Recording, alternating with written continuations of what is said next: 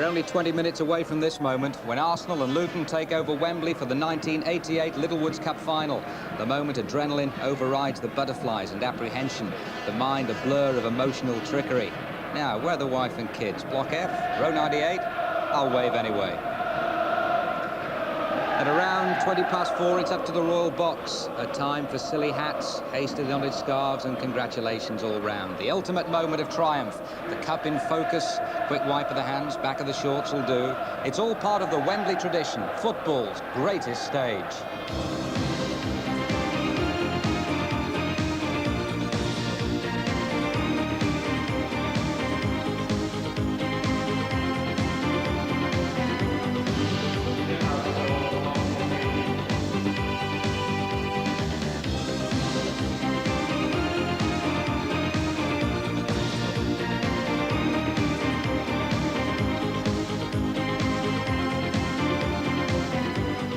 Yes, hello from Wembley for the Football League's annual showpiece in its centenary year. The tournament, always known as the League Cup before the introduction of sponsorship, hence the changing size and shape of the silverware.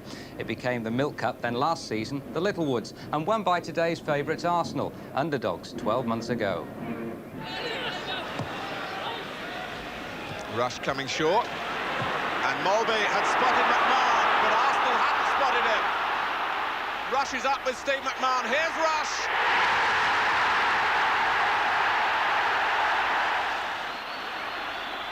It's Davis into the wall. Might even have hit Niall Quinn.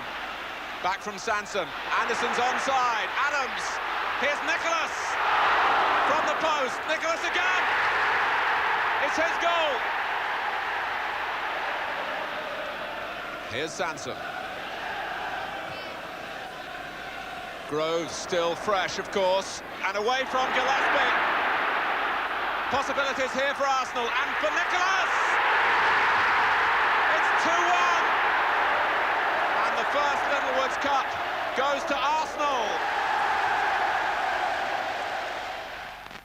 Kenny Sansom, last year you were up there lifting the cup.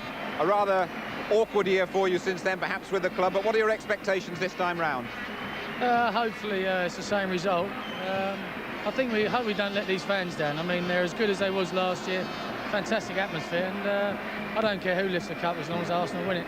It's been something of an underdogs competition, this one, isn't it? You won it last year as underdogs. Any fear that Luton might do the same to you? There's a little fear there, but quietly confident. I think we can do it again, hopefully retain it, and maybe come back again next year. You've been a bit critical, perhaps, of some of the aspects of Arsenal's build-up. Just sum up what you feel the mood of Arsenal is going into this one for us. I think I was misquoted a couple of times, you know. Obviously, I would like to have known the team. I think a few of the lads might have. But saying that, I think he's named it now, and the atmosphere is fantastic, really. Everyone's on top of each other. The lads are not playing, are still enjoying it, and it's great. Another suggestion that perhaps you could clarify, Kenny, this could be your last game for Arsenal. I don't think I'll do that. I think Glenn Hoddle played the last game in the FA Cup final. I don't think that's going to be the case for me. I mean, you've had a lot of big occasions, haven't you? You must be determined to produce the goods, as it were, on a stage like this. I'm going to play very well today. Positive thinking. Kenny Sansom, captain 12 months ago. That honour today, by the way, goes to Tony Adams. Now, what of Luton? A club with strong beliefs, but positive or blinkered. It's the subject of so much conjecture in football. Their friend or foe policy at Kenilworth Road, their continued advocation of artificial pitches. Indeed, they haven't won on grass since February. Nonetheless, it's always good to see one of the smaller, homelier clubs get to Wembley, and in Luton's case, for the third time this season. Here's Martin Tyler. Last season's coach, this season's Luton manager, 42-year-old Ray Harford. His philosophy based on enterprising football. It's brought a comfortable place in the league, wins often inspired by the manager's unrelated namesake, Mick Harford, whose personal success brought a first England cap. In cup competitions, Luton's progress even more pronounced until the Simod Cup final, when struggling second division Reading provided a rude awakening. Luton overwhelming favourites, beaten 4-1. The FA Cup offered another route back to Wembley, but in the semi-final it was Wimbledon and Dennis Wise who triumphed. Another Ray Harford dream had been shattered. The manager not helped by injuries to key players, Ricky Hill spent 4 months on the sidelines with a broken leg. Goalkeeper Les Seeley's considerable influence was lost only days before that FA Cup semi-final. And last weekend, Mal Donaghy carried off back at Wembley during another defeat in the league's centenary celebrations. It's been a demoralising time for Luton when so much seemed possible. But on Tuesday, at last an upswing. Steve Foster's winner against Queen's Park Rangers. It will have restored some of that lost confidence. Ray Harford, probably not the build-up you would have chosen, really, and one or two specific points to put to you. First of all, your goalkeeper. Who are you going to play in there? Because you've left it right till the last minute. Andy Dibble's playing. I don't feel that Les is really 100% fit, and it's too big a game to risk a goalkeeper. If it was an outfield player, it might be worth the risk, but with a goalkeeper, it's a one-off position. And you lost Darren McDonough late in the week. How big a blow was that to you? Very big. He's done a terrific job for us. He's scored 6 goals from midfield, and he's a Michael Thomas type player. And I would think that Arsenal would miss him. So we, at the moment, we've had to plan without him. Stories in the morning papers today that Mark Stein walked out of the camp. Can you just tell us the truth about that? No, there was a reaction from Mark when he was told he wasn't playing. And that's as much as I really want to say. Is he among the substitutes today? He's a sub today. Right. Now, with all these things going on at the back of your mind, people are probably saying you're the underdogs, you've had all these problems, you've got no chance today. I feel we've got the best chance. I feel in my mind, we're favourites.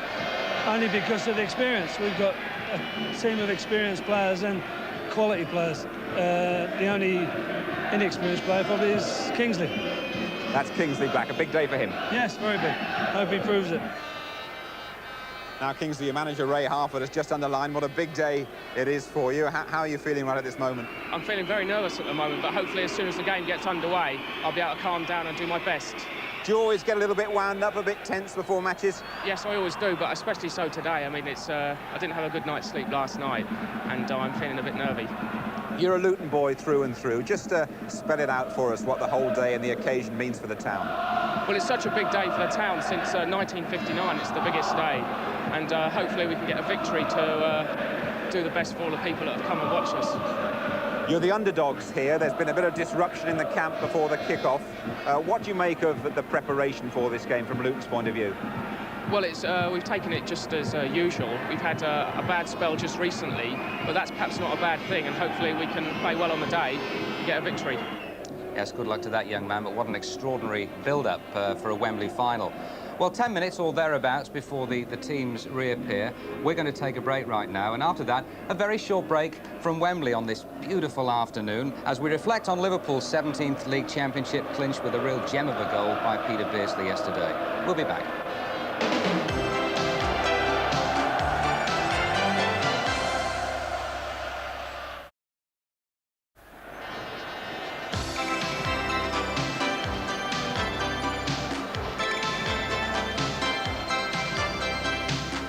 And welcome back to Wembley. Well, as it's transpired, 2 of football's 3 majors to be decided within the space of 24 hours, a rare occurrence. The League's Cup today, the League's Championship yesterday. The old centenary committee couldn't have planned it better. Well, at Anfield, Liverpool needed just a point to confirm what we've all known for 6 months. Spurs, the fall guys, the commentator, Martin Tyler. Houghton, space for Beardsley. 3 Liverpool players in the middle, if Beardsley needs them. He doesn't! A supreme goal!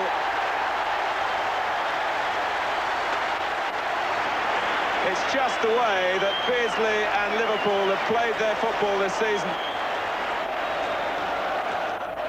He moved away to find the space in the first place, and when he checked in, the curling shot was past Mims. And there it is! Liverpool are the champions. And in the centenary year of the Football League, there can be no more appropriate winners. Today has merely confirmed what has been inevitable from so early in the season. But such is the discipline at Liverpool Football Club that only now will the players and the management accept it. And they know it's true. A 17th title, 8 more than their nearest rivals, Everton. They've tightened their own grip on history. We've won nothing yet has been their response to all the praise heaped upon them this season. Well, they have now, and in a grand manner, which has been so beneficial to football in general. And in 3 weeks' time, the Anfield Roadshow comes to Wembley for the FA Cup final. Well done to Kenny Dalglish, Liverpool's 17th League Championship. Well, let's put the focus back on the Littlewoods Cup final here today at Wembley, and our guests, Ian St John and David Pleat.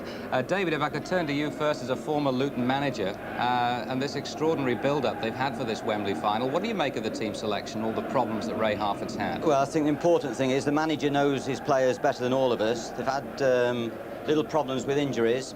They've had to reshape the team. I think McDonough was very influential to them in centre midfield defence in front of Foster and Donaghy. But whilst Foster and Donaghy are together, they have the backbone of the team. Whilst Harford is there attacking the balls at the far post, they've always got a chance. And I would think in general, the inclusion of Hill and Priest, though it may be far too soon, it will give them a base to play football.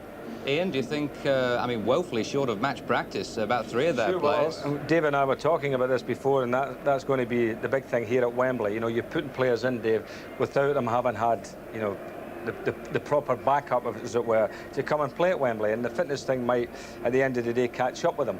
But they are looking at a good little football side. You know, and I think both sides, well, I think we're going to get a good football game. You know, I think it's that sort of feel about it. Good football. Well, we'll chat again very shortly. We have to take another short break here at Wembley. Then the teams will come out. We've got more to hear from David and Ian, so don't go away.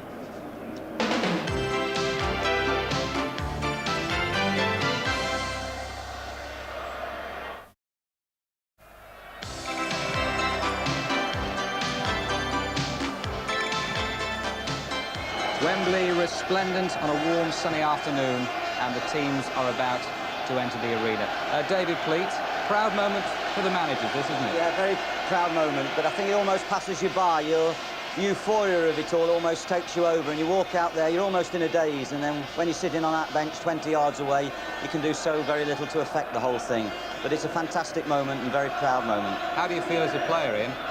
Well, it's a great moment as a player as well, but I would think the managers, it's nice. I'm looking at Ray Harford there because it's Ray's first trip out leading a team.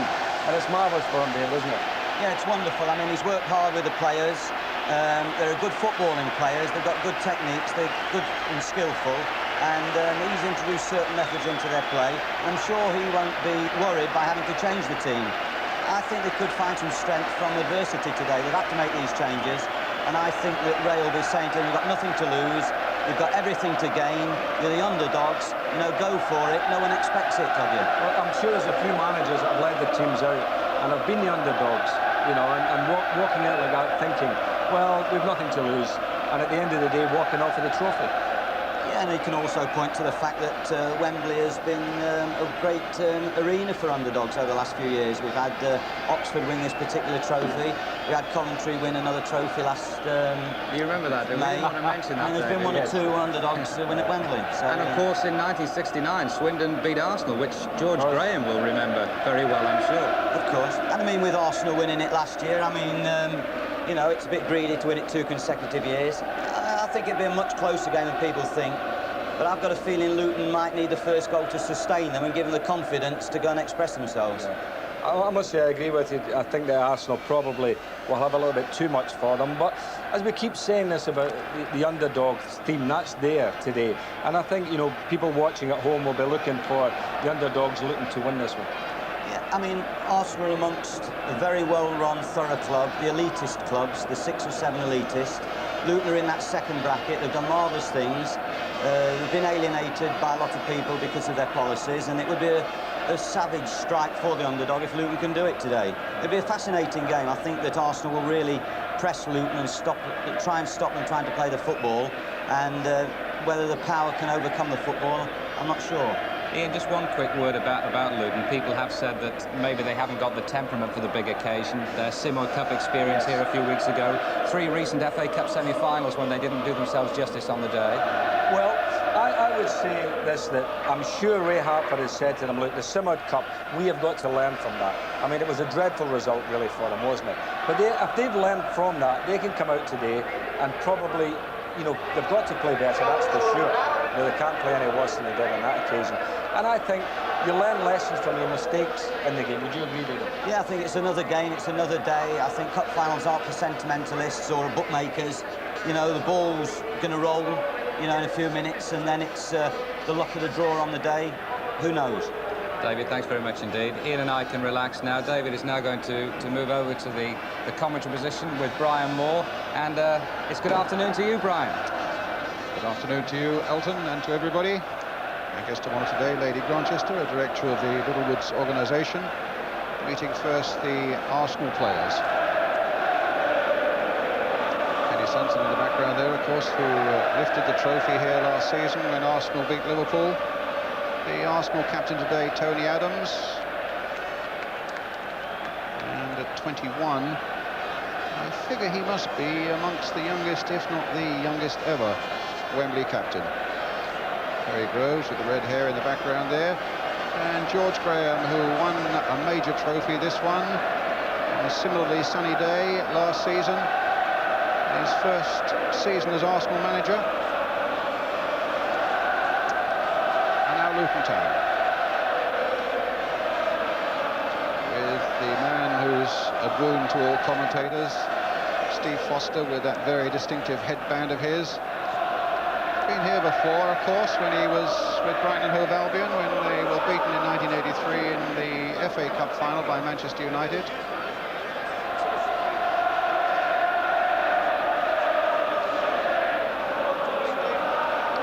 The Luton side, which I must say has played some tremendous football this season. You just have a feeling that they may have welcomed an occasion like this maybe 6 or 7 weeks ago when they were going really well. Their form over the last few weeks has deserted them.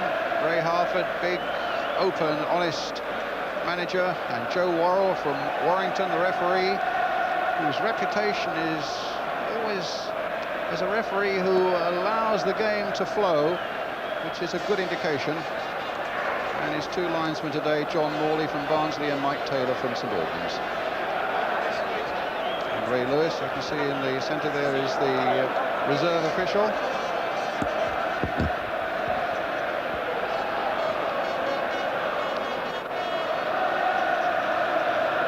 But next we shall have the national anthem. Good atmosphere here, plenty of noise, and overall a very friendly atmosphere as well for this Littlewoods Cup final between Arsenal and Luton.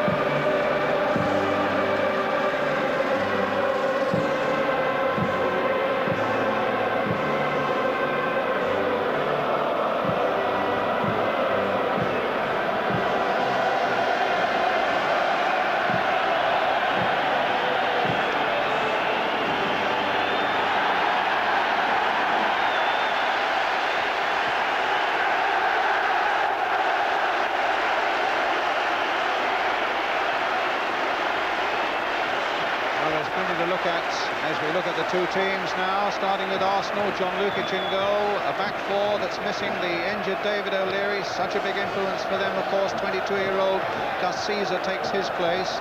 In the midfield, Paul Davis has shaken off a midweek injury. He came back early from Arsenal's midweek break in Marbella. And then up front, Alan Smith and Perry Grove share the main burden of scoring the goals that would retain the Littlewoods Cup for Arsenal. Now what about Luton? Such big decisions for manager Ray Harford in the past few days, and this is one of them. The goalkeeper, Andy Dibble, gets only his 6th game of the season. There were doubts about the fitness right up till lunchtime today of Les Seeley. The back four that's strengthened by the news that Mal Donaghy is fit, and Rob Johnson is preferred at left back to Ashley Grimes. And then in midfield, where Ray Harford has gambled on the fitness both of Ricky Hill and David Priest. They've missed so much of this season through injury. Indeed, Priest has had just 1 game since October. The gamble really forced on him when Darren McDonough was injured in training on Friday. Heartbreaking for him. And then a gamble up front as well. 19-year-old left winger Kingsley Black pitched in to provide presumably a lot of width and also a service for the head of Mick Harford. And there is young Kingsley Black, just 19 years old. And as you can see, only 10 League and Cup games in the whole of his career. So many players battle through a whole career and never get this sort of chance. He's a very level-headed young man. In fact, only decided to take up an apprenticeship at Luton after he'd finished his school career, which he did with 10 O-levels and 2 A's. Well, the toss-up between Tony Adams and Steve Foster.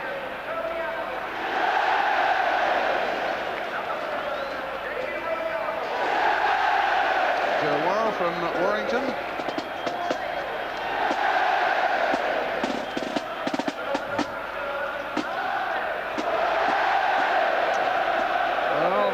Arsenal fans were wondering all week whether the influence of Paul Davis would be here this afternoon. He came back early from that trip to Spain, but he was telling me on Friday that he'd done a lot of training then and really felt in good condition, and it was really just a formality after a chat with George Graham on Saturday that he would be in the side.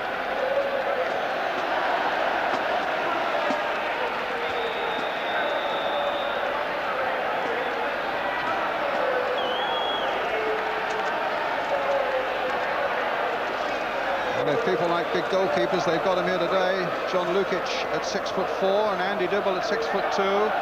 There's Andy Dibble, suddenly pitched into the big time. Although he's a Welsh international, he played in the semi-final against Wimbledon of the FA Cup when Les Seeley was injured his shoulder. And suddenly out of what looked to be a barren season, an FA Cup semi-final, and now a final here against Arsenal in the Littlewoods Cup.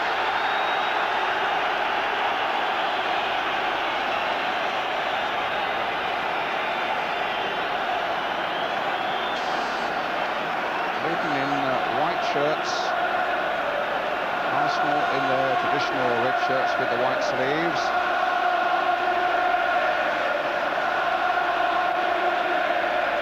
Ashley Grimes, one of the substitutes. And away we go, with Luton attacking the goal to our right.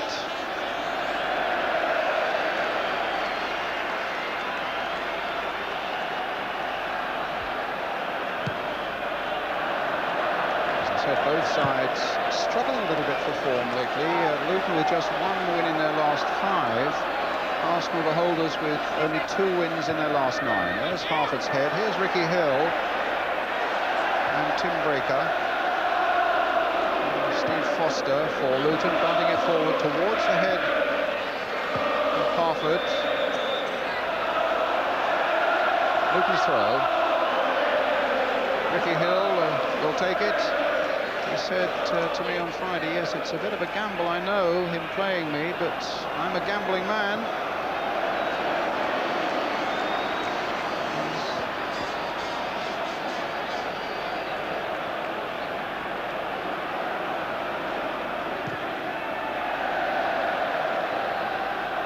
Terry Groves versus Mal Donaghy. Rocastle.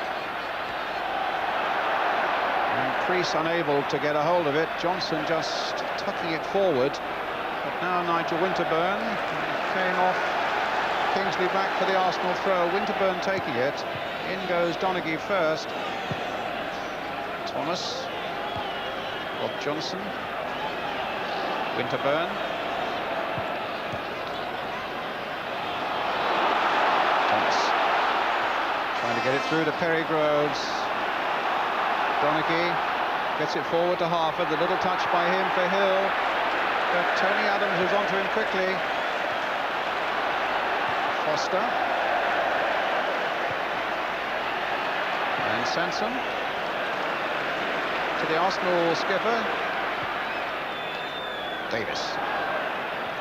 Rocastle. Caesar. Lift it forward there for Alan Smith. Groves. And Dibble will be grateful for the first touch. nervous opening, did Dibble, in that FA semi-final against Wimbledon, but pulled off some great saves in the first half. After that, Sanson. Davis. Arsenal moving with a lot of comfort and composure at the moment. Danny Wilson. And appear at the moment to have settled just a little better. David Pleat? Yes, I think the early moments are important to whoever gets the initiative, and I think Arsenal, particularly from Sansom and Winterburn's situation, will want to push on quickly and test the defensive instincts of the likes of Ricky Hill and Kingsley Black. There's a good shot by Smith, and well held by Andy Dibble, the man bought from Cardiff City. Smith.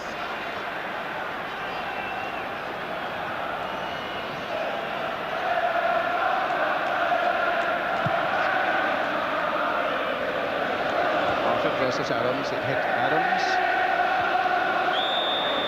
Foul on Paul Davis there by Danny Wilson. Arsenal's free kick.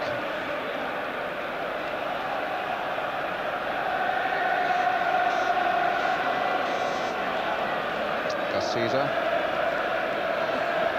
Just a little bit of question mark about Gus Caesar. I think probably because O'Leary's form over the years has been so good for Arsenal. People suggesting that Harford might get some profit from Gus Caesar this afternoon. Rocastle. The little ball played in there by Rocastle for Groves. Davis. Some space here for Sanson. Arsenal continuing to press in these opening minutes. Sanson again. Wilson. Breaker. Priest. Kroenke. Some good passing here by Luton Town. Very fluent indeed, and a long ball forward for Harford to chase, but there are two Arsenal players there. Winterburn gets it back to John Lukic.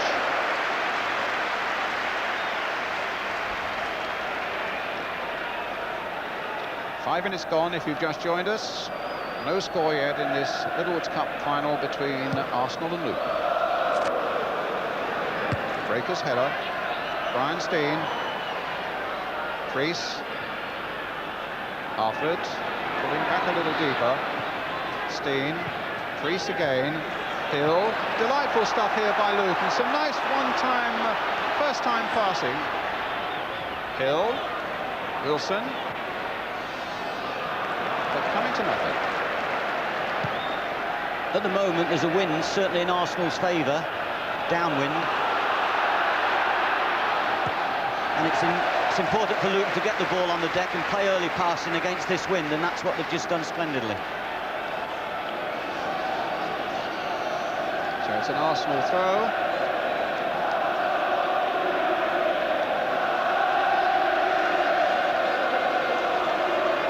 Tremendous record in the Littlewoods Cup this season, Arsenal. They've scored 15 goals, conceded 1, and won all 7 outright of the games they've played. Winterburn with the throw, and Foster getting up. The whistle had gone for handball. Free kick to Luton. George Graham with his hand to his mouth there. Theo Foley, voluble Irishman there, who's such a good foil for George Graham. They've been together, of course, before, both at Millwall and Queen's Park Rangers.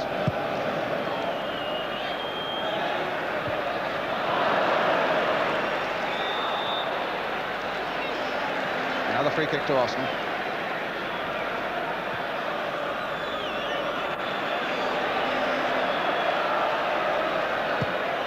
Sanson almost lazily forward with that left foot.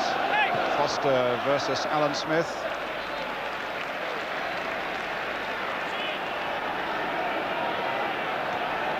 I think Arsenal use the long throw to try and get an advantage this afternoon. Both fullbacks, Sansom and Winterburn, throw right into the box, and they'll try and use the height of Adams. Well, to that effect, Adams is on the edge of the Luton box right now. And there he is jumping for it, but Foster had spotted that. Priest. And again, Arsenal through Davis and then through Rocastle. The ball now for Thomas. Dibble's gone out. Cross comes in, and Rob Johnson, as cool as you like. The first real scare, that one, for Luton.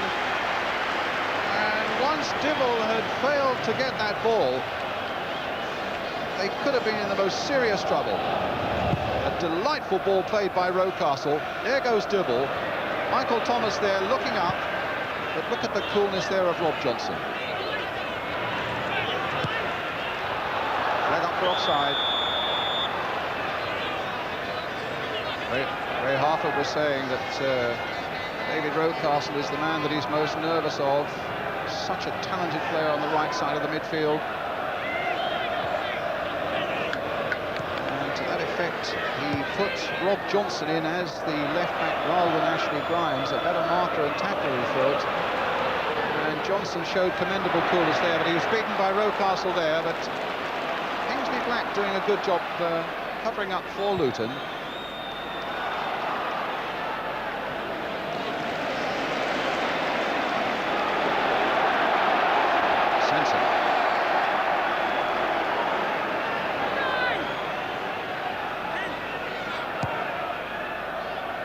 There goes Foster.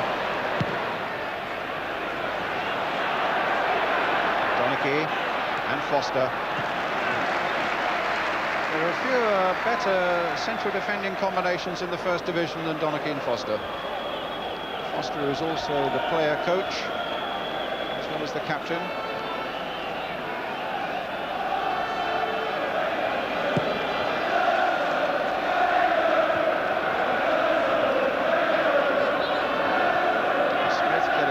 Before Foster, but here's Breaker. Steen, Hill, Harford, Foster, and off Caesar, Donachie, Johnson.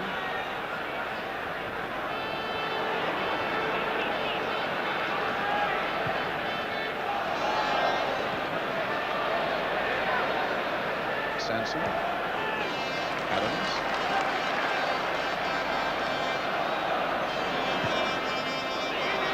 Richardson.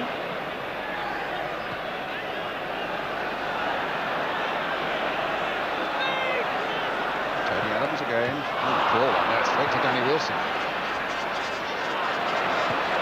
Davis got him out of a spot. Richardson. Groves. That's a foul.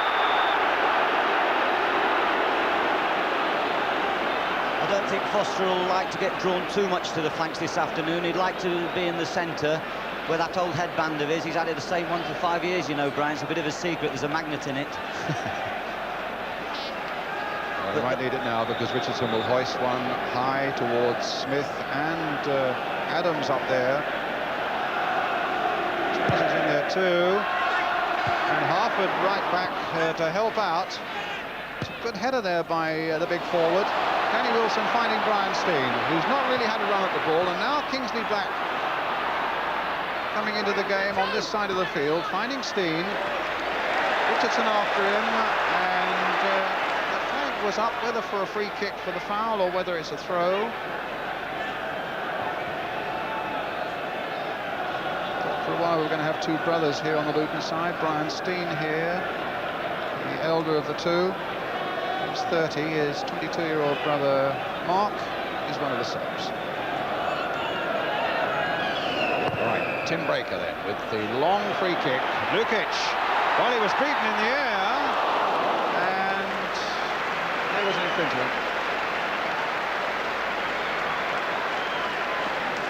Just see, no, it doesn't look as though there was an infringement. No, a goal kick. Harford, in fact, winning it cleanly in the air against Lukic, and had that looped into the goal, Luton would have been ahead.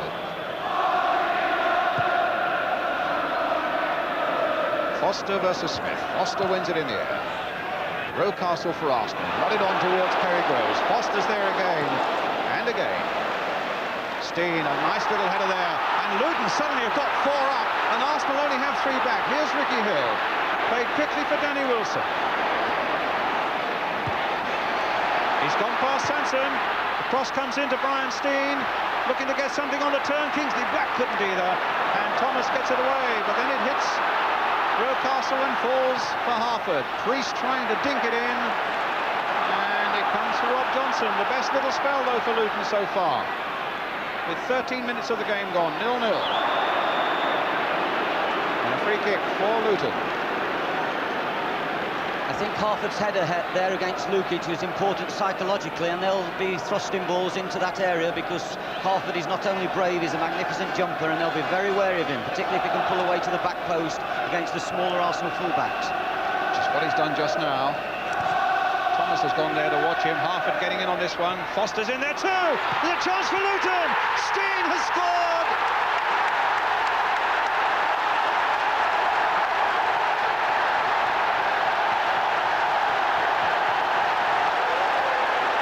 Well, the underdogs with 13 and a half minutes gone, and Brian Steen with his 17th of the season. By Priest. Foster was in there, important touch by him, and suddenly he's a good finisher, Brian Steen, and proved it there again at Wembley to put Luton ahead. Because it was Harford that forced the issue. There's three men jumping with him, and then Foster's nicked it through, and maybe Caesar was looking for the offside decision.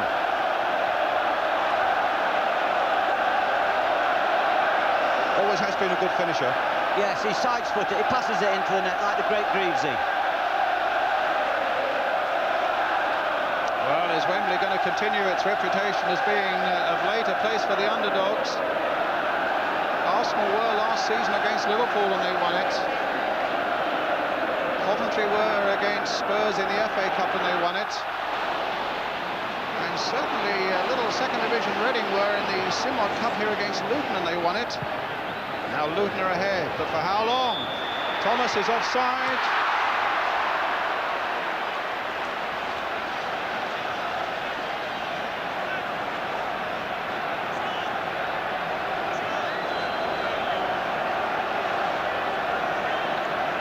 Steen has certainly scored some important goals.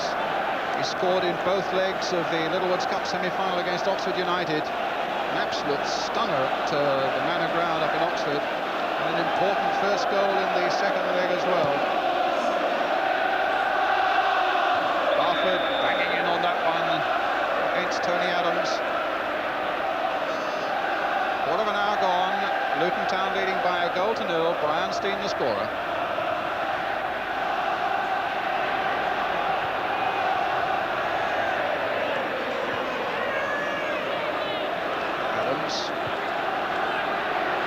Breaker, Hill, shaken off it quite easily there by Groves. Breaker again. Up goes Adams, beating Steen in the air. Paul Davis trying to get the ball through for Rocastle, and Dibble there, right on the edge of his box. They'll have to be awfully alert, Dibble, because Luton are playing a tight back line there, and Arsenal will try and nick the balls over the top, and he's got to be really bright on the edge of his box. Arsenal's ball.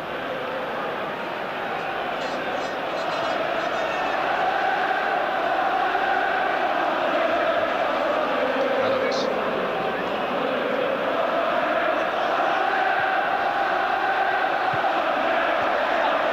Poor ball.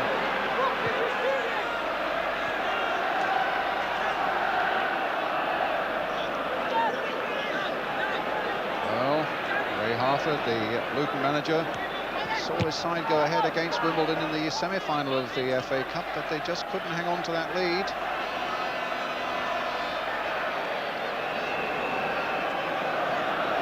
Let's see what they can do today. Hill.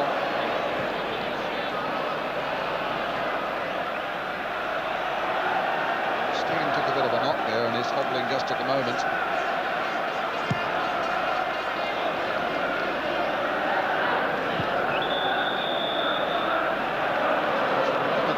Fans have been stunned into almost a silent Wembley appearance. David Pleat. Yeah, it's interesting to see Brian Steen playing slightly more forward than normal, with his brother going out of the side, and Brian normally plays in the hole behind his brother and Harford, and because today he's playing more up front. Here come Arsenal again. Richardson with a shot charged away by Breaker. Sanson.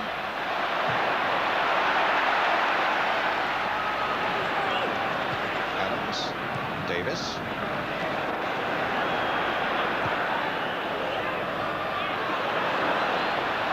Smith finding Davis. Baker going in rashly there, conceding the free kick. Let's see what Arsenal can come up with here.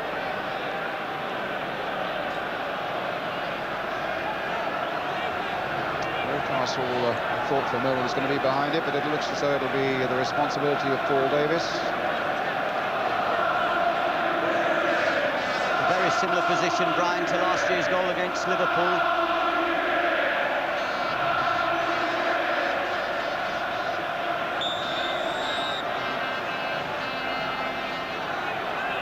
Two elbows going into that wall as well. Winterburn shot, beautifully saved by Dibble. Struck beautifully there by the fullback. He's only ever scored one goal for Arsenal. Mind you, that was an important one. The winner in the quarter-final of this competition against Sheffield Wednesday, but he hit that with tremendous power. And that'll do Andy Dibble's confidence a bit of good too.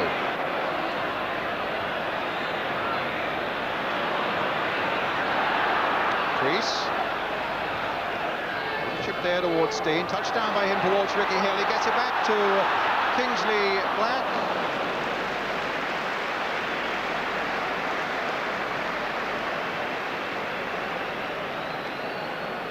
Hill's breaking forward very well, and he's influential in the early stages of the game. How long his legs will last, it'll be interesting to see, but they desperately needed that early goal to give them the confidence, particularly with players such as Priest and Ricky Hill and Kingsley Black not having played any first-team football recently.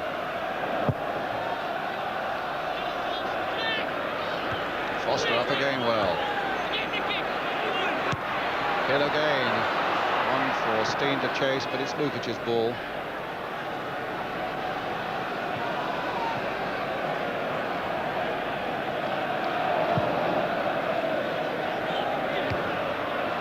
Richardson for Smith. Looked like a handball. Play on. It was accidental, said the referee. Sanson playing it early. Danny Wilson getting it away.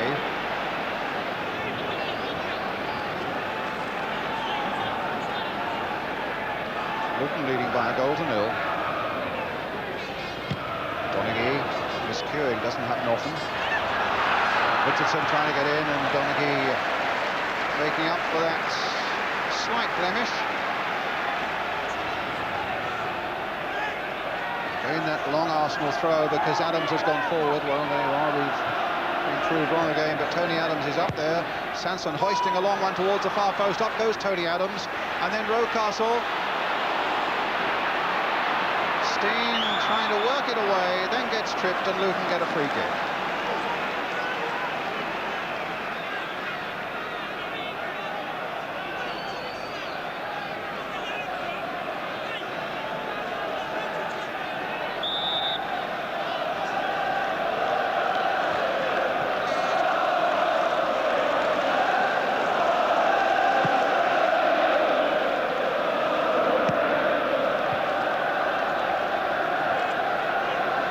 Crease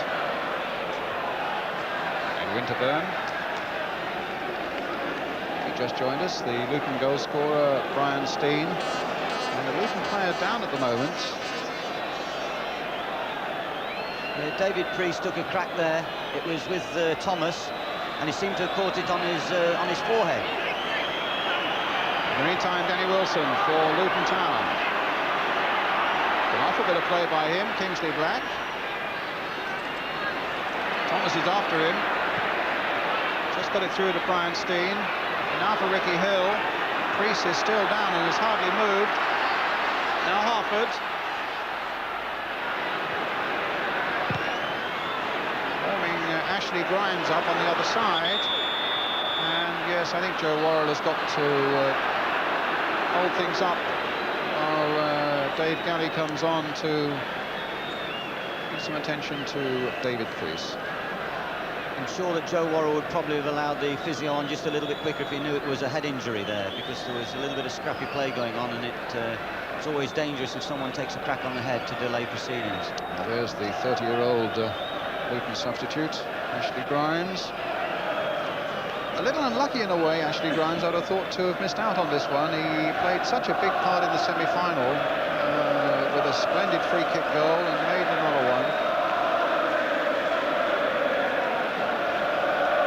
think he'd feel very confident that he'll get a crack today, Brian. I think that if Luton can sustain the win, towards the end they're going to have to pack the forces, and Ashley's new legs would be invaluable.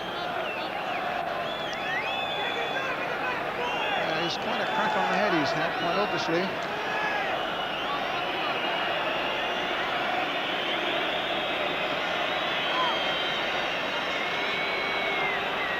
And seems okay.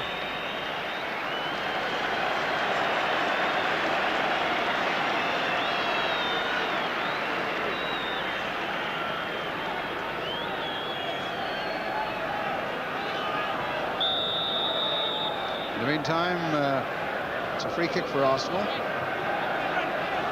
which Gus Caesar will take.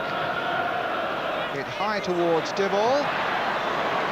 Thought for one moment he'd come a little bit too far underneath it. Needed to backpedal under pressure from Terry Groves.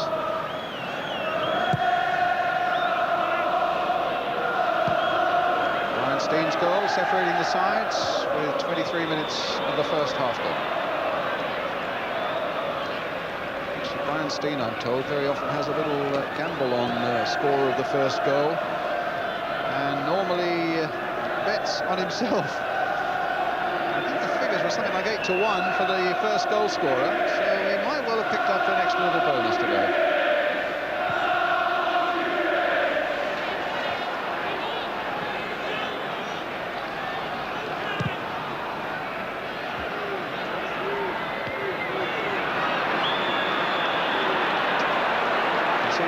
Kick there, that time Donaghy on Groves. Free kick to Arsenal. There's certainly been no one trying harder than Brian Steen. Brian, he's played in 2 losing 6 rounds, 2 losing semis, and so it would be great for him, and he's in his testimonial year this year. Rocastle's cross. Breaker bringing it away. Healthy thump forward towards Harford, but met by the head of Tony Adams.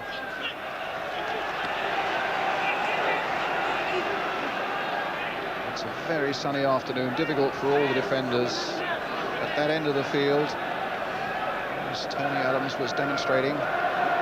Breaker, throw. His form's been a bit wavery lately. I thought he had a pretty ordinary game in the semi-final against Wimbledon. He's doing all that's required in this one. Johnny Wilson missing out there. Getting back, finding Donaghy.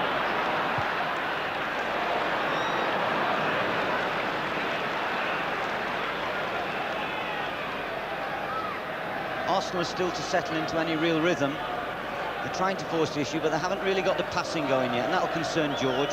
25 minutes gone. Donaghy. This is Groves. That's an extraordinary ball. Played it straight to Black. Adams.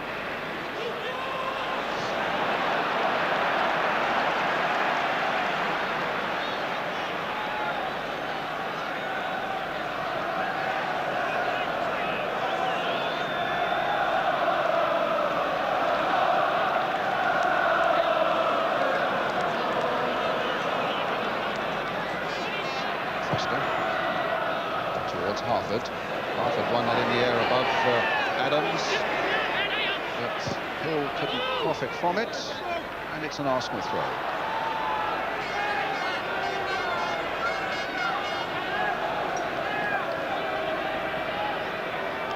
Saying that Arsenal can't get a passing pattern going at the moment, neither can Luton, David, and it's falling a little bit below par just at the moment.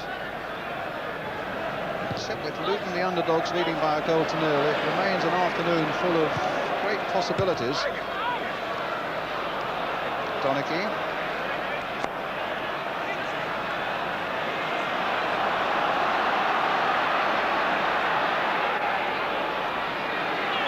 Steen. And the foul by Gus Caesar. Actually, that didn't look too much of a foul to me. No, I think it was Steen's subtle slide of foot there that deceived Caesar, rather than something that was premeditated. It's a Luton free kick.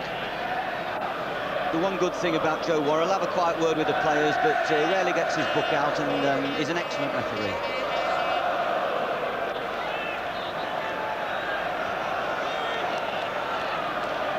Priest behind this one. Good left foot. Harford and Foster up there. And it's big Foster that he's aimed for. But he was backing in on Adams.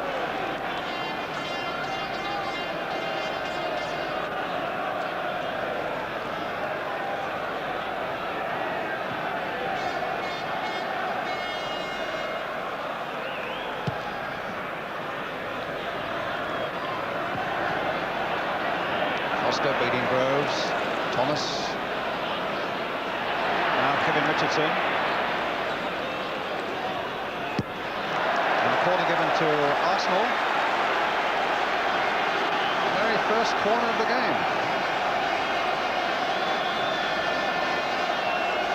Paul Davis will take it for Arsenal. Again, Gus Caesar forward and Tony Adams. Harford's come back almost onto the goal line to mark Adams.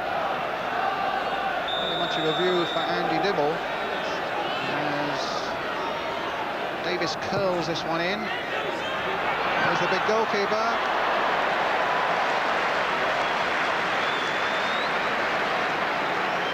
Formerly of Cardiff City.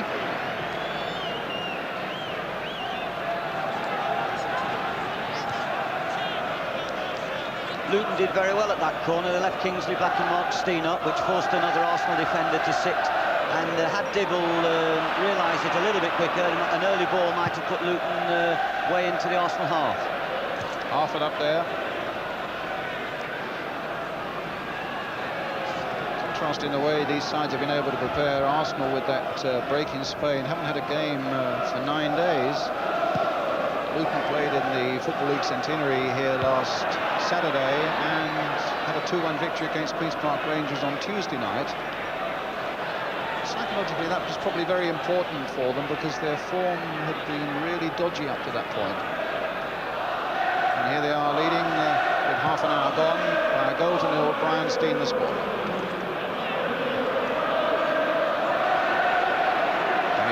Denny Wilson. Winterburn. Groves is after it. Johnson gets it back. A walking miracle, Rob Johnson, as you well know, of course, David, as a former Luton manager with the most terrible knee injuries. They virtually had to rebuild one of his knees, is that right? Yeah, but his character has overridden all his problems, and he's a tremendous little defender. That summed him up there. You know, he saw Groves' break, and he was very quick on the cover. Good attitude, first-class professional, solid as a rock. Just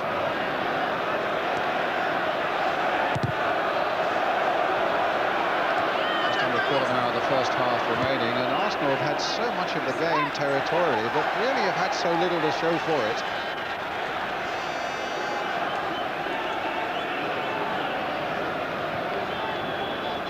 Heads have been almost permanently screwed to the left, watching the action, and not so much to the right. And here we go again as Adams. Rocastle.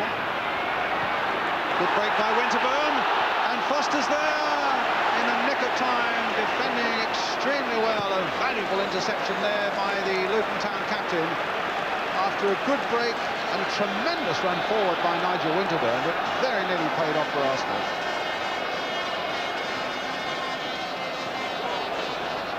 Goal kick. Arsenal have obviously suggested that they must break as much as possible down that left side. Priest hasn't played much football recently. Johnson is playing left back, whereas he hasn't been a left back recently. Grimes has been playing there, and young Kingsley Black's come in. So Arsenal with Winterburn and Rocastle will try and stretch them down that side. Dibble with the kick. Up goes Caesar. Richardson. Smith is after it. Foster there first. 500 League and Cup games, but not really very good Wembley memories. He was here with Brighton when they were beaten 4 by Manchester United. He was here with Luton just a few weeks back when they were beaten 4 by Reading, but his side are leading a goal to nil at the moment. And here's Caesar. You get the impression that people like Foster and Donachie are going to be the real cornerstone of anything that happens for Luton this afternoon. Arsenal continue to press as this cross comes in, and Dibble was positive because Foster held back for a moment, and that could have been a very dangerous cross indeed. But Dibble's done everything that's been asked of him so far. In for the injured Les Seeley. And he got that little pat on the head there from Foster as he got up, old headband. They'll look after him.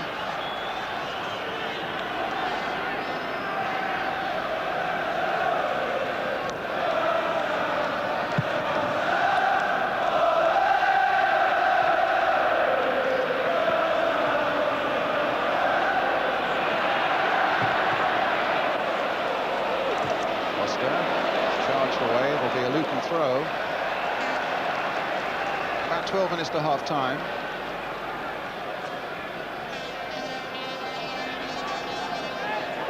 Rob Johnson.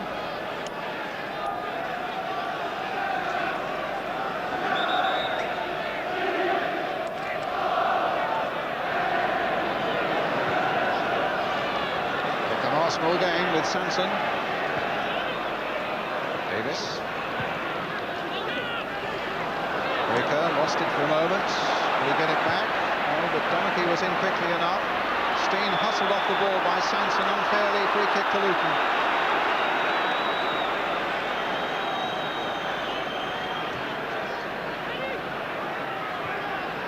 Donachie just opening it through there, inviting Breaker to make his run. Put through there by Steen. Here's Wilson. Roll back for Hill. Wilson. Hill on the floor, still getting it to Breaker. Wilson again. A claim handball. It was accidental play on, said the referee. Foster will get it back. Oh, is there going to be any room to spare? Dibble had to make emergency action.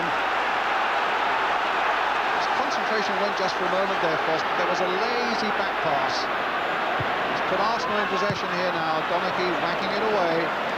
There's some laziness and some carelessness in the game, Brian. And there's a lot of hustling in the midfield. And I think Arsenal desperately need some width on the left-hand side to try and get round the back.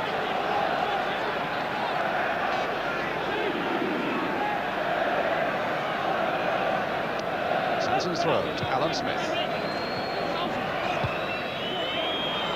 Finds Tony Adams with it.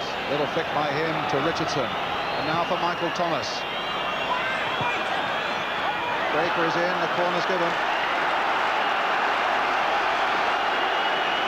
Harford goes back to help out with the defending.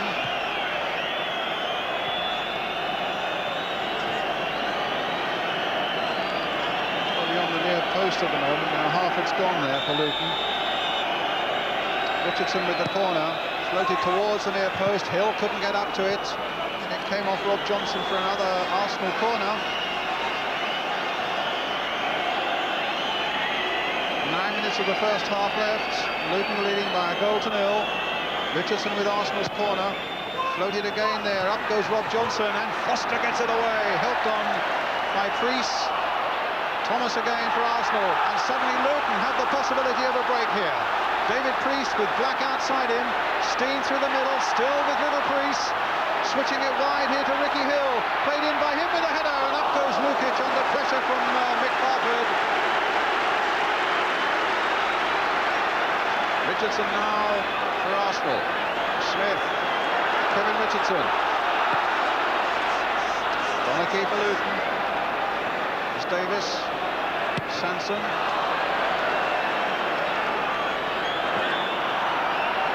A push by Thomas on Wilson, and a free kick to Luton. Luton outnumbered the Arsenal defenders on that previous attack, and I'm sure that if Hill could have directed the header across the goal more, Harford might have done something crucial.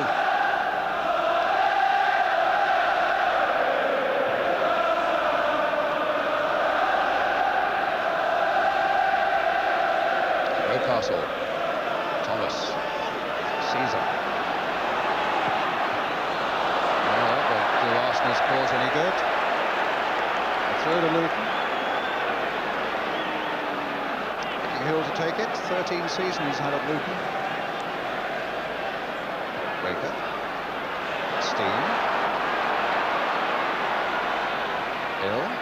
Breaker. Cross is there towards McHarford. Winterburn gets it away. Luton's throw. Capped for their longest period in the Arsenal half. This first 45 minutes. Weinstein. Kingsley Black, the 19-year-old. There's a good cross coming in. It might come to Harford. Hill only just got the touch on it. Priest couldn't get a proper right foot shot in, and Richardson can bring it away now for Arsenal. And who's already tasted Wembley success here for Everton in this 84 Cup final against Watford. Kevin Richardson.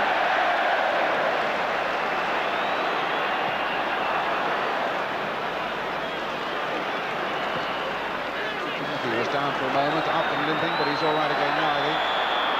And a free kick given against Breaker for the foul on Arsenal's Perry Groves.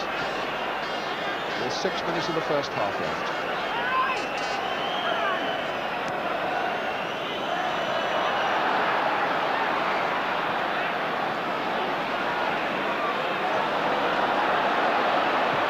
Davis towards Smith on the far side, Dibble.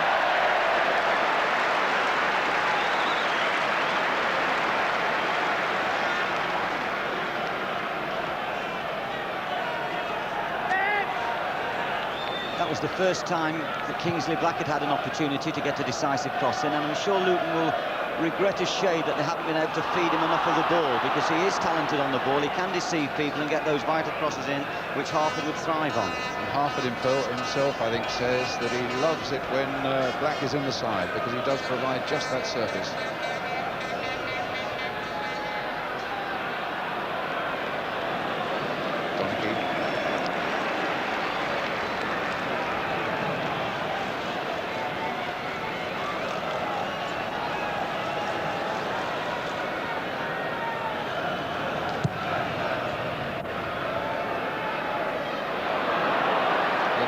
Black there for Harford.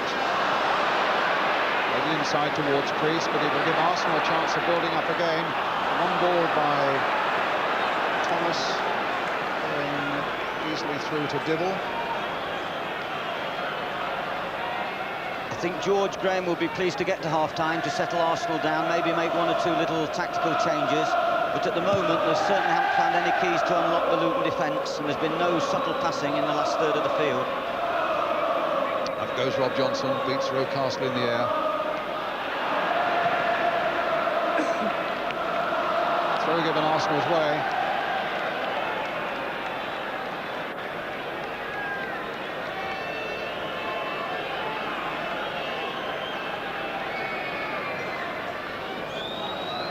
Rocastle. Thomas.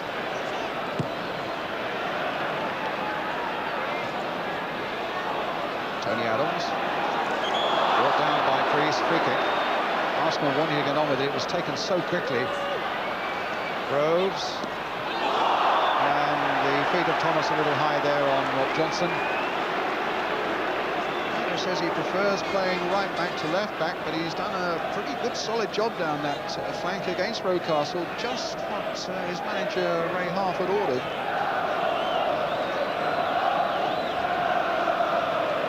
I think right-footed sometimes, Brian, at left-back cover better, and I think we've got the same situation with Arsenal, with a strange situation of Winterburn on the right-back position with the left foot. I think only Chettle of Nottingham Forest probably plays with the left foot at right-back, so to speak, in the First Division. And it's rather strange. But at the moment, the Luton back four have had no real problems. They've sat in there, they haven't ventured forward too much, and they've closed all the channels down for Arsenal to run into.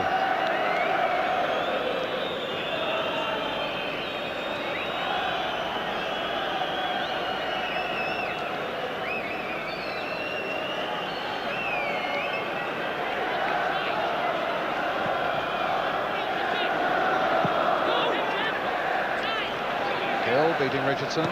Breaker trying to get Harford away. A nice little piece of play by him. And Steen was fouled by Adams. It'll be a free kick to Luton.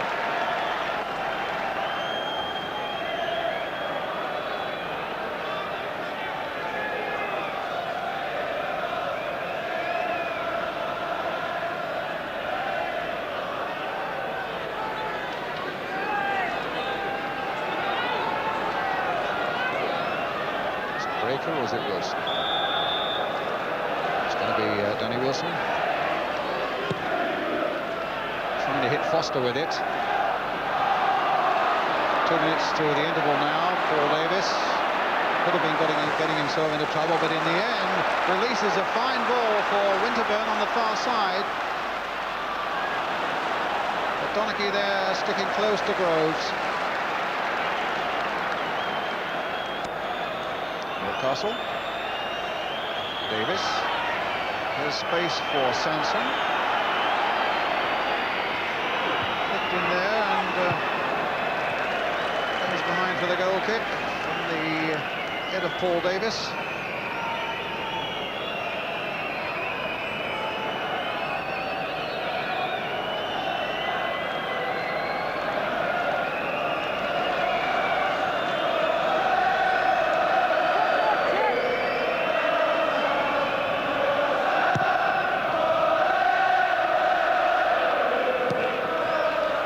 Very positive, getting through the challenge of Harford to get there for that one. Rob Johnson getting it away.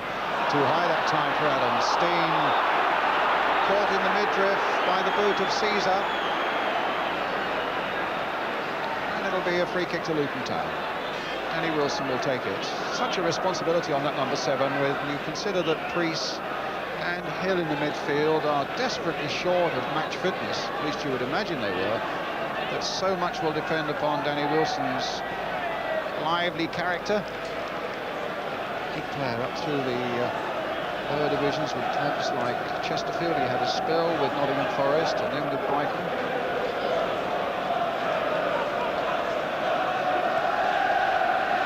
Steen. Harford. Okay.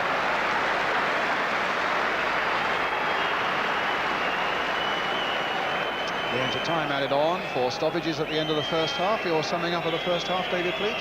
Well, I think Luton have done exceptionally well. They've taken the one chance that's come to them brilliantly. They look a threat when they do get balls into the box. I think that Foster and Donaghy have been the real pillar of strength for them. They've handled it capably. It's about partnerships. They've played together for a very long time now. They know each other's game, whereas Caesar and Adams slightly untried. Adams has had O'Leary as his guardian for some while now. And I think at the moment, as I say, Luton will be very much happier. Apart from the 1 goal, they will feel that Arsenal haven't contributed too much to breaking them down and making chances. Well, the last seconds of the first half now, we just had the injury to David Priest and Joe Worrell just adding on the best part of a minute for that now.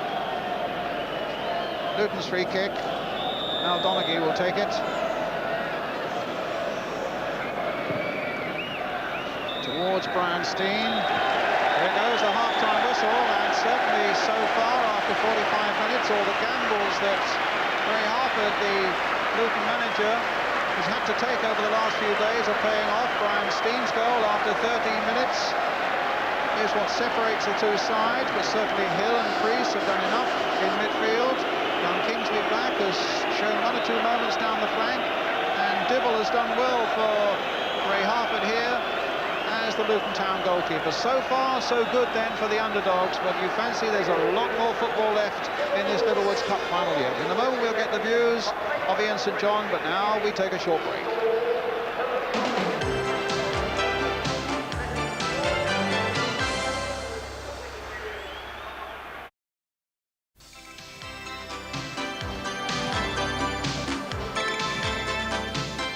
Welcome back. The Littlewoods Cup living up to its reputation so far, the tournament of the underdogs, and Luton are proving so far here that they have got a big temperament. Well, that was the theme before the game, wasn't it, about the underdogs, and I think they're playing well.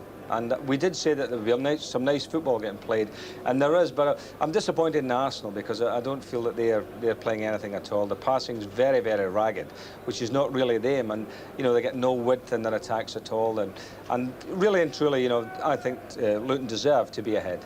At the back, do you feel that Arsenal are worried about the presence of Mick Harford? Well, Big Mick that's always going to be the thing, isn't it? Anything thrown in the middle. And I mean, from early on in the game, the first ball thrown in there, and up he went, goalkeeper came out, and there was Big Mick in there. Now, there was no foul there, that was a good header, nice clean header, and just went over the top. And that was a threat to them then. You know, the Arsenal must have thought, hey, you know, this big fella. And you see Caesar playing alongside Adams. That combination doesn't seem to me to be too secure. Do you feel at the other end that Andy Dibble is showing the right sort of authority? Well, I'm delighted for him because, you know, he's come into this game today. He made a couple of very good early saves, didn't he? Made a couple of very good early saves, and you know, he hasn't done anything wrong.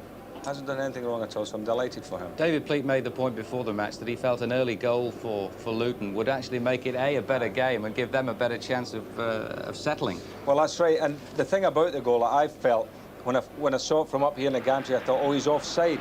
Then maybe we can see it again here, Elton, I don't know. When the ball was played in, up the goal, I think that was Big Hartford in there.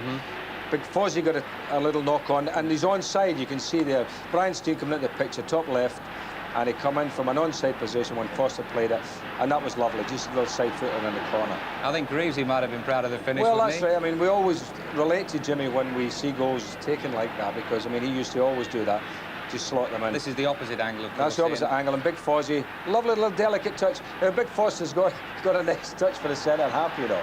I mean, a lot of people think I'm just a big straightforward up and down centre half, but I've known him since he was a boy, and he can play football all right. He's got a nice touch. Now, one of your duties this afternoon is to select the man of the match. Who's ahead at the halfway? Well, it's always difficult. But I would say that the defenders of Luton are playing well. The four across the back are playing very well, and the goalkeeper, you know, and I would say Donachie, Foster, you know, any of those four at the moment across the back could do the business. Foster actually got one tremendous interception in the game.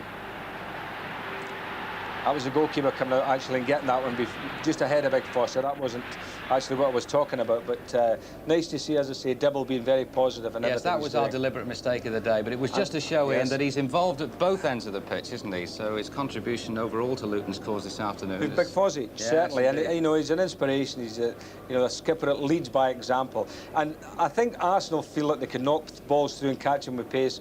Up to the moment, they haven't done that. So they'll have to be a little bit more positive, Arsenal, in the second half. All right, well, we'll see if Luton have got the legs to survive. All these players who've had so little match practice in recent weeks, we'll find that out in the second half. But for now, we're going to take a short break.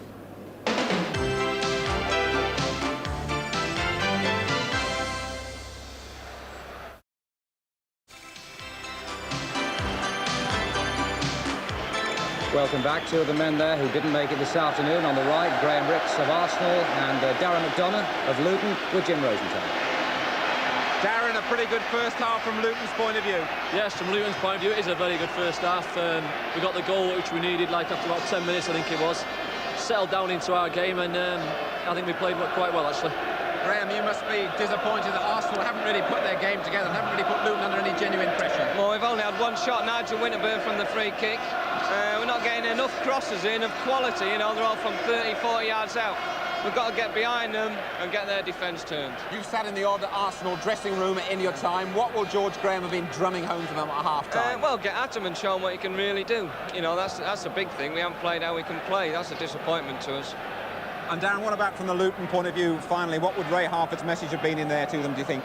I think it'll be to keep playing a bit long to start with first 5 minutes, and then I think we should start playing our game again by knocking the ball around like we did 10 minutes in the first half. Thanks very much, gents. Let's rejoin Brian Moore. Thank you.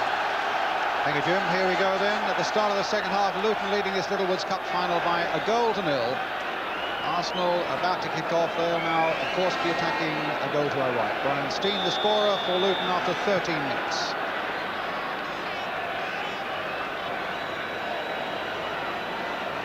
George Graham was saying in the week that the one thing that really bothered him was the inconsistent form that Arsenal have been showing lately. They've been good one day and poor the next. Reminding you that they've won only 2 of their last 9. certainly it was one of their poorer days in the first half in terms of what they were able to achieve when really they'd had so much of the ball. This is Kingsley back. Certainly has shown no qualms about being put into a Wembley occasion at the age of 19. Wins a free kick. And you're poor though Arsenal have been, you get the impression that they have one of those Liverpool qualities about them that you never write them off. There are qualities about them, as indeed David Pleat is well aware as manager of Spurs last season when they were behind for so long in those semi-final matches in this Little Woods Cup and eventually came out and won it. Rees, Davis, Rocastle, Thomas. Now he's a man who could make a difference if he'd make a few more forward runs. Do you agree with that Arsenal quality though, David? Yeah, they've got great resilience. I think all big sides have. I mean, they're very strong physically. They'll keep going for 90 minutes in this game. They'll keep throwing balls into the box, and eventually they have to believe, they stay optimistic that they'll get a break. Winterburn. Donaghy showing first. Flag up for an offside against Mick Harford. Adams. Somebody from midfield to come a little closer, so he swings it wide towards Richardson on the far side. He's beaten away by Ricky Hill. Here's Brian Steen. Wilson. Hill on the far side. Kept in nicely. Played it for Steen. Harford's waiting in the middle. He'll wait in vain because Michael Thomas is there for Arsenal. And again. Donaghy up, well above Rocastle. Hill once more. Richardson's forward and Foster's back.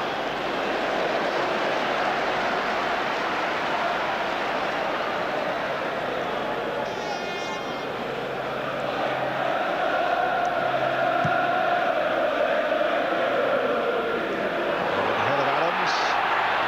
But he recovered quickly. Needed to with Mick Harford around.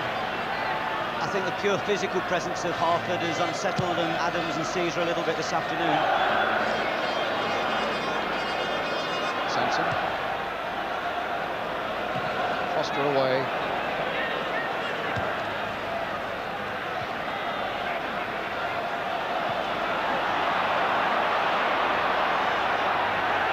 Wilson. Couldn't get Steen away. Gets another go though. Breaker. Harford chasing this time. Caesar's the only one back. Harford going on. And Winterburn gets it back to Lukic. The only significant change I can see at the moment in the Arsenal setup is that Richardson looks to be playing a little bit wider, Brian. But otherwise, so far, nothing else. Caesar. Trying to get Smith away.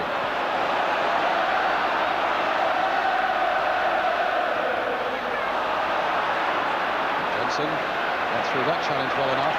Found Priest. He's got Black outside him. He's got Ricky Hill, Brian Steen and Mick Harford forward. And here's Kingsley Black. Next to go on the outside. Whips his cross in! And Harford was in there.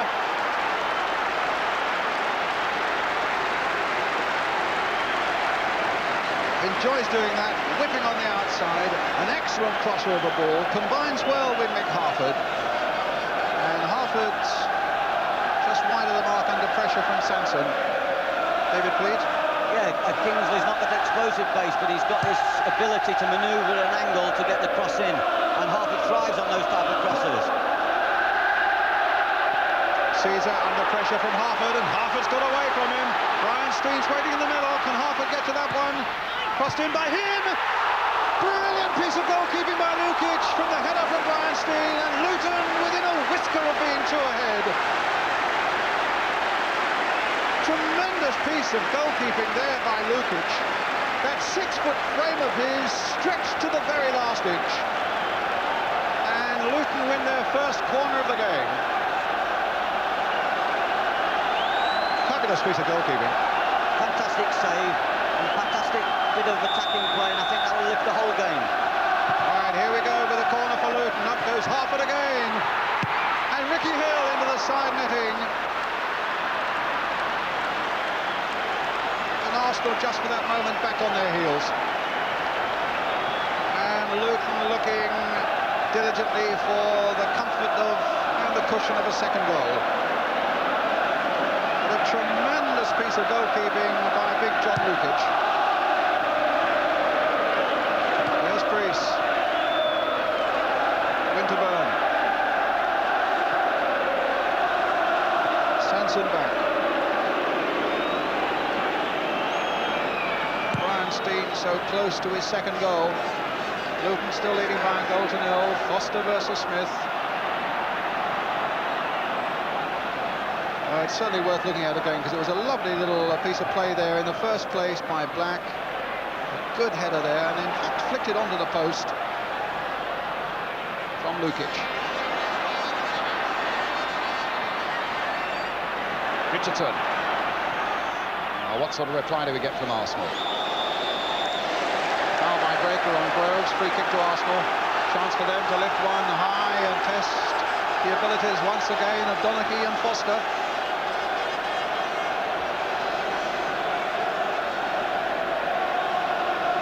Kevin Richardson with the free kick for Arsenal. Adams has gone forward as well. Well taken out of the air there by Dibble. So, in the space of a couple of minutes, both these huge goalkeepers using their height to very good effect. And right at the other end of the field there, Lukic, as you can see, 100% concentration. And he'll get there first, will he? No, he got there first, but he was trying a little dribble around Brian Steen. Luton's throw.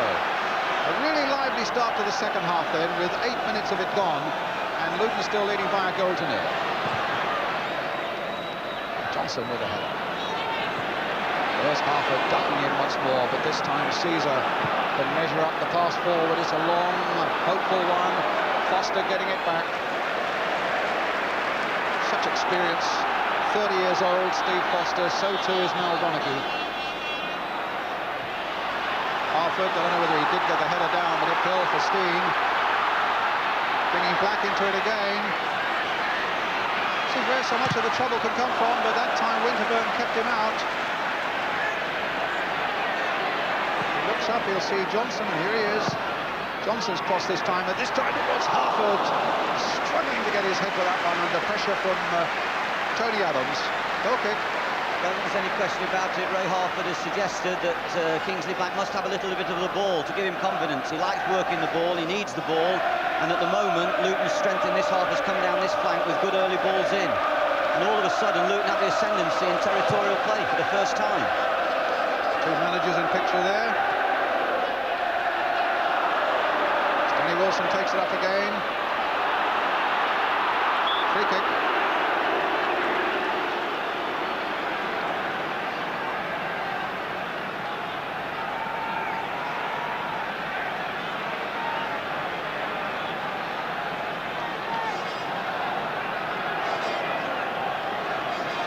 Gone forward for this.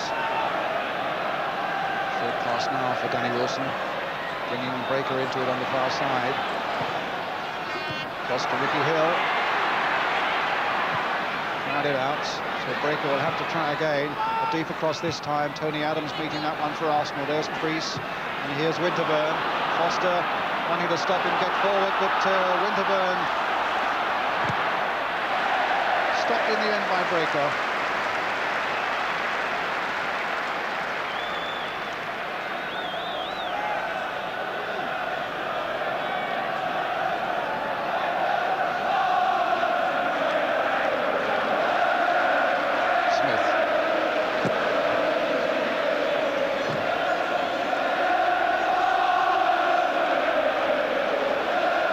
Season he's had an earlier spell of 19 games with only one goal in it, Alan Smith, and he's in fact only had one in the last 9 as well.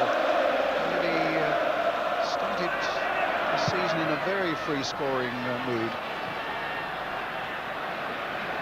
formerly of Leicester City, of course.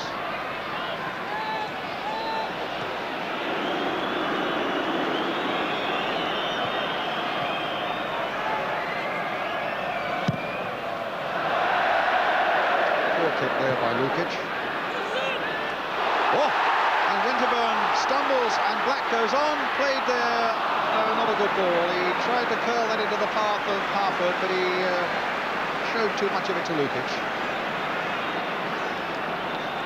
And a lot of promising things for Luton are coming down this left flank now from 19-year-old Kingsley Black. Here he is again. Here he is again. This time persuading Johnson to make a little break for him. Now Priest.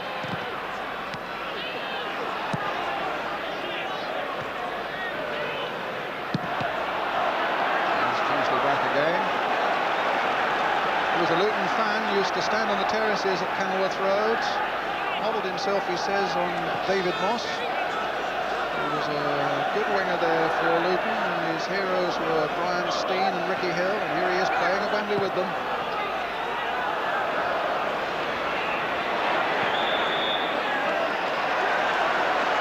I can't help feeling, Brian, that Arsenal might have to send on someone with a bit of thrust, maybe a Hayes to go wide and to try and get round the outside, because at the moment Rocastle's being forced in the inside to defend against Luton's better touch play, and Richardson also is now come in field, so they haven't really got the width to supply Groves or Smith.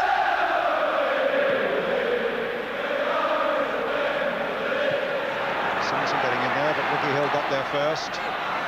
Here's Sanson. Rocastle. Harford took a knock there a moment ago. And here's Davis now for Arsenal. Stopped by Donachie. And a nice little bit of play there involving Ricky Hill and Danny Wilson, finding Black. Foul on him by Sanson, or rather Priest. Foul on him by Sanson. I think Ricky Hill so far has been magnificent. He hasn't had a lot of match play, but he's playing the ball with maximum efficiency. He's just touching it off to other people. He's not wasting any energy running with the ball and making it difficult for himself, and he's making Luton play the early stuff in midfield, and it's good to see. I mentioned a moment ago that Nick Harford had taken a knock, and in fact it's he who's getting treatment now. Yeah, Ricky Hill, he's had one Wembley appearance here when he played for England back in 1982 against West Germany. Well, there's Martin Hayes. The feeling is that David Pleat feels at any rate that he might well be on very shortly. A man, in fact, who was their top scorer last season with 24 goals, 12 of those from the penalty spot. And young Mark Steen warming up, the 22-year-old brother of the man who scored the only goal so far.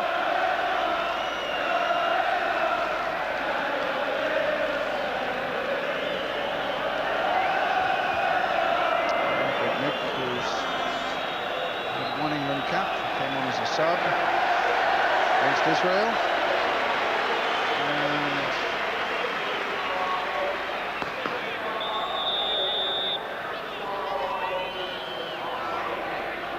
he's okay to go on as Rob Johnson takes the free kick for Luton Town. Hit towards Harford, but he really couldn't get off the ground. He's in a bit of trouble in Harford.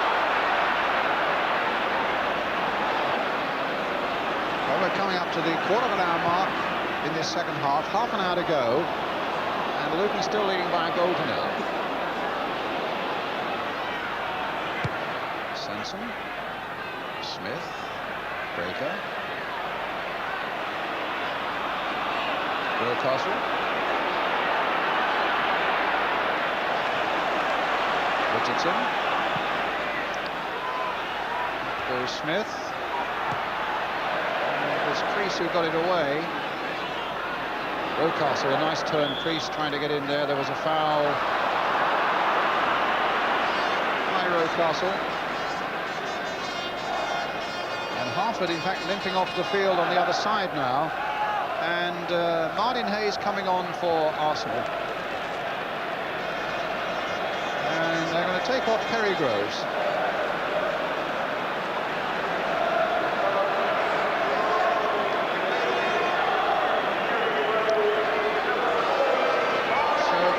see how they're going to work that out now. Hayes will come over onto his left side. I'm just wondering what Kevin Richardson's part's going to be now. And will it be a straight swap, do you think? No, I think Hayes will run free up front, and I think he'll play Rocastle wider on the right, more as an orthodox outside right.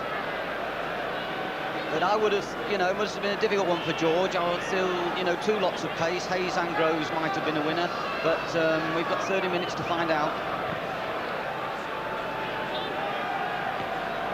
Meanwhile, Mick Harford is still off the field in Luton at the moment, playing with 10 men as Rocastle comes forward. And here's Hayes getting his first touch. He's gone past Foster. Gets it to Smith. And now Rocastle. Richardson on the far side. Good cross in by him. Foster there again. Davis hitting it first time. And no, it doesn't go out of play. Smith with a header. Beautifully saved by Dibble.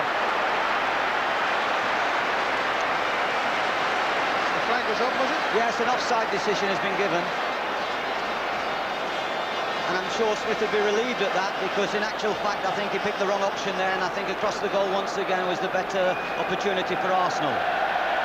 Harford back on the field again. Luton back to full strength, but he's given a goal kick. So maybe he overruled the linesman.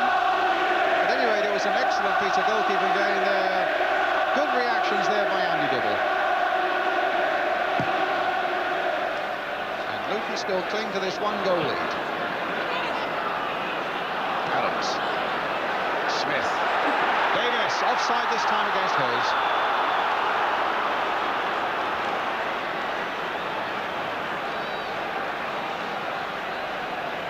Free kick to Luton. Crucial time this for Luton, really, with players like Pleat and Hill who are short of match fitness. It's now that it really will begin to tell. I think so, but they've held on and done so well that will give them an extra yard anyway. That will give them a lift. If they were behind, it would be even more difficult for Hill and for Priest.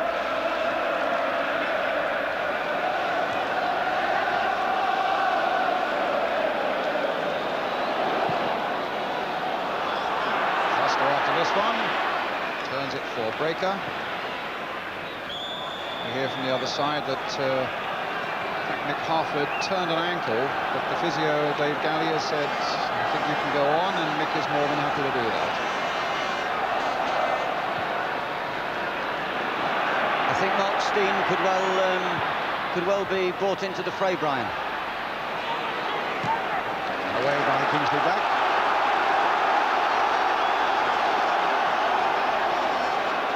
Well, there you are. Ricky Hill away.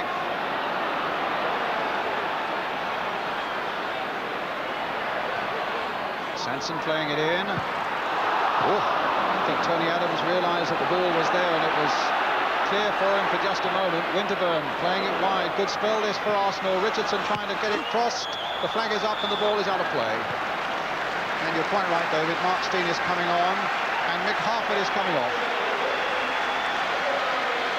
So although the physio may have felt that it was right for Mick Harford to go on, Mick obviously felt otherwise. And little Mark Steen comes on, 22 years old.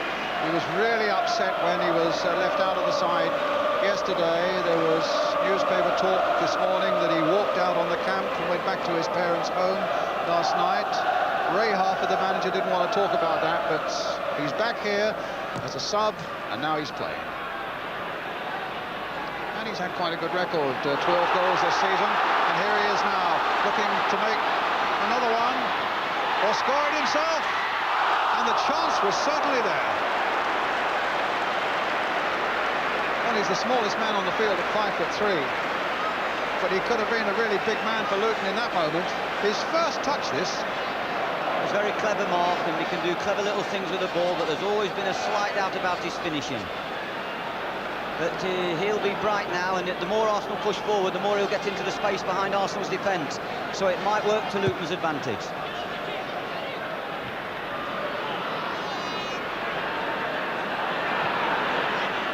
Two brothers then, Mark and Brian Steen up front for Luton Town as Kevin Richardson. Foster away. Luton still leading by 1-0, 25 minutes left. Gus Caesar for Arsenal. Hickey diving in low and bravely there against Martin Hayes. It's Luton's throw.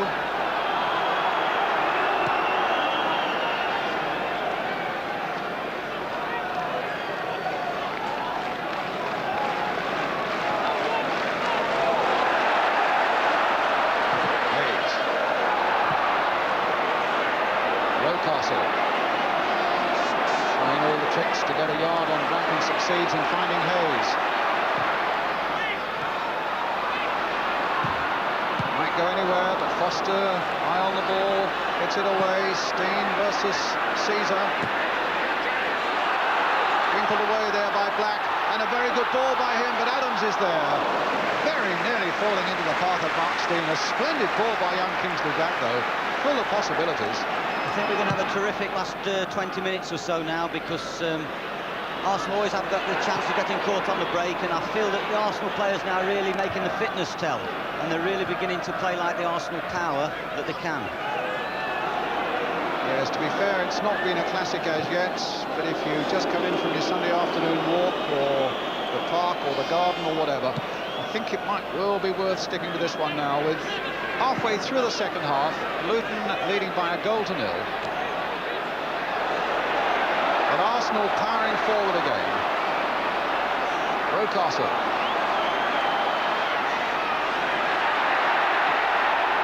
Winterburn. Smashed it straight at crease.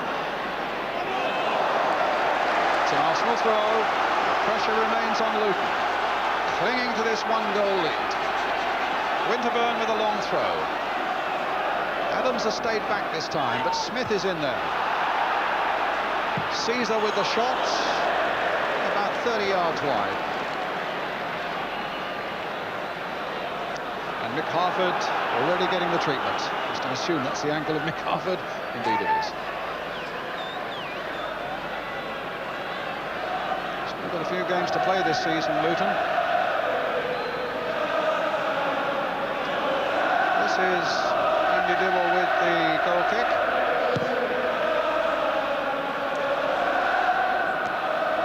Caesar up well. Breaker. Steen hadn't come back. Mark Steen, that is, hadn't come back quickly enough. Free kick. Sanson taking it. Johnson. Thomas is making far more forward runs now, and he's getting beyond crease and making that extra man into the box. And obviously Arsenal's policy is still going to be to get crosses in as much as possible and hope for the knockdowns. But I think Caesar's limping also, Brian, and I think that might be a little bit of a problem to Arsenal, because they have no defender on the bench. Well, the only other substitute still usable is Niall Quinn, the big front man. Foster. Wilson. Brownstein. And Black couldn't quite keep it under control as the ball comes through to Martin Hayes again for Arsenal. Donnock is after him. Hayes has shaken him off. Here's Thomas. And the flag is up. The ball had gone out of play before Alan Smith had headed it back.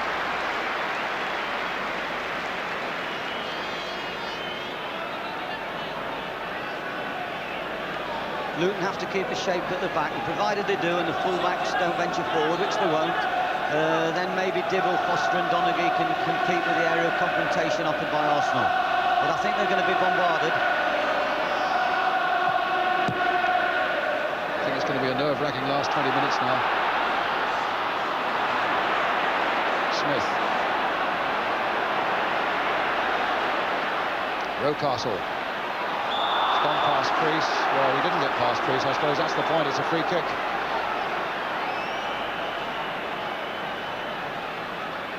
So the ball got past, but not the player. Niall Quinn warming up. Maybe just as a precaution in case there is a problem with Rocastle.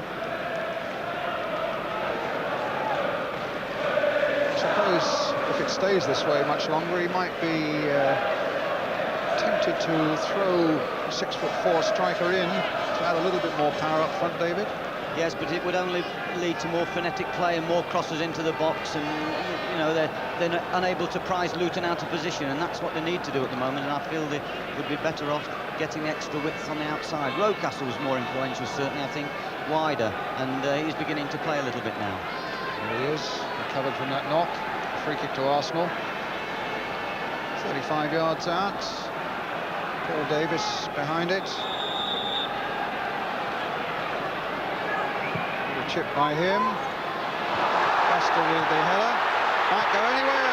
Well, Hayes has made it 1-1. That becomes an inspired substitution. And the goal that Arsenal had threatened for much of this second half has finally arrived.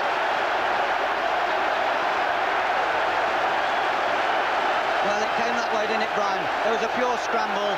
I mean, they tried to claim that Foster was holding. It looked like almost an amateurish free kick, lofted up into the 6-yard box, loads of bodies, and then a ricochet that fell kindly for Arsenal. But there it is now. We have a wonderful game on our hands. Wonderful game. 1-1 the score. Maybe the balance has swung Arsenal's way. Although on the break, you get the feeling that Luton can be just as devastating.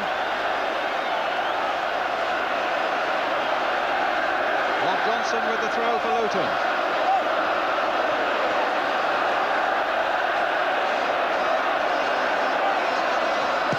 And Rob Johnson again, but a foul and a free kick to Arsenal.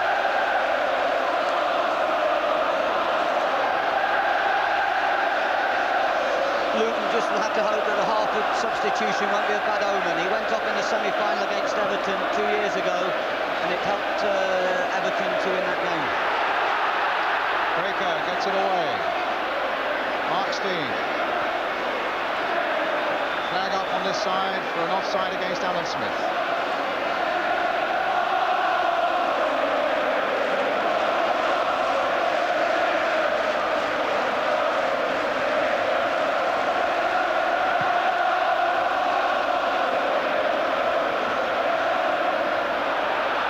With some support from Black.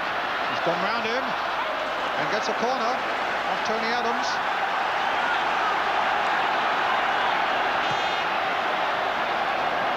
Foster's forward.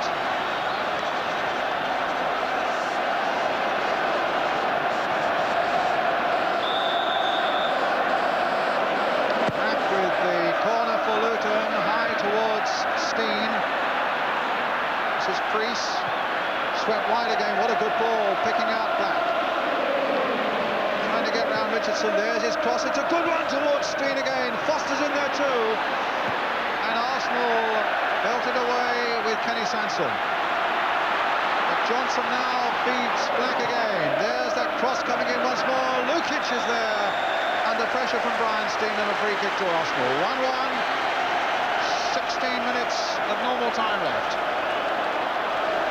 It's lovely to see how young Black's taken the pressure of this game. He's a very mature boy. I always thought he was an introvert, and I doubted whether he would have enough authority to make a player. But John Moore was a tremendous influence on him and persisted, and in the end he persuaded us to sign him. Thomas, and now Smith, the great chance now! He's put it into the back of the net, and Arsenal are in the lead!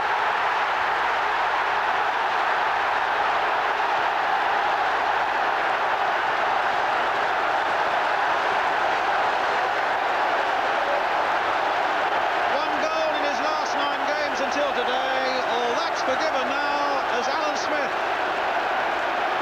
brings Arsenal from behind into a leading position with this goal here, driven with great force with the right foot, past Andy Dougal. It was excellently taken, but there must have been a question mark there from that angle. It looked as though he'd gone far too wide, the first touch.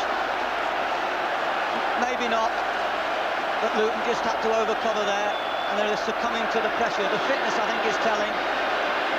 Well, we said he thought it might be a crucial area now for Luton, with 2 or 3 of their players lacking match fitness, and Wembley is always the place that finds that out.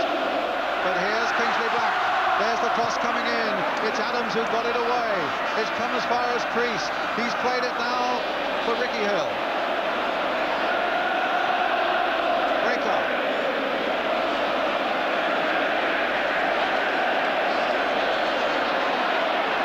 It's a terrible dilemma now for Ray Harford. Sorry, Brian. With minutes remaining, going 2-1 down, having used his forward sub, Mark Steen, and knowing that we've played so well and gone behind to a little spell, and fitness fading. There's very little Ray Harford can do. I think he's done magnificent to select this team. Well, certainly so many would say a lot of it was forced on him by the injury to Darren McDonough, but a lot would applaud the inclusion of a young, genuine, orthodox winger in Kingsley Black.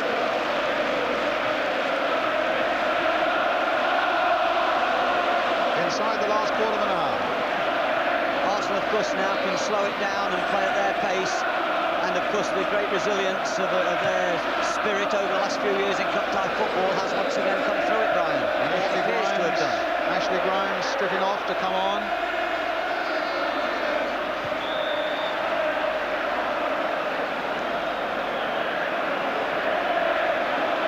Getting his orders from Ray Harford.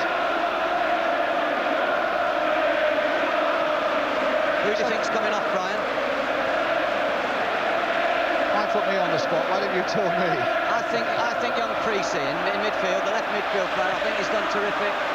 But I think towards Smith. No! Good grief! Even again, no!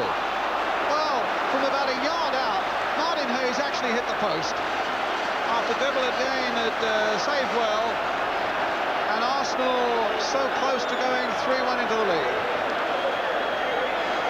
Good reaction save there, came off the post, and Martin Hayes hitting the post from a yard's range, and the ball eventually going behind for the corner. You're quite right, David Priest has gone off, and Ashley Grimes comes on. That was a marvellous save by Dibble. Adams, and a little flick on, another brilliant save by Dibble. Again from Martin Hayes, from no more than a yard's range. Tremendous reactions, and Arsenal absolutely rampant at the moment. 2-1 up, and looking now to make this Liverpool's Cup final absolutely safe. For the first time in the game, Foster's so busy organising that he's losing his men in the box. Well, Davis with the corner.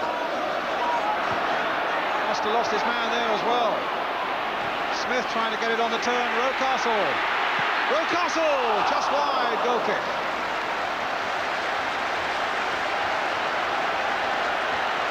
Ray Harford off the bench there, trying to get a few things organised, particularly in that Luton defence, and he's done a terrific job there, following you, David Pleat, and John Moore, of course. But it'll be sad because they're a great club, Luton, a splendid club that everybody enjoys watching.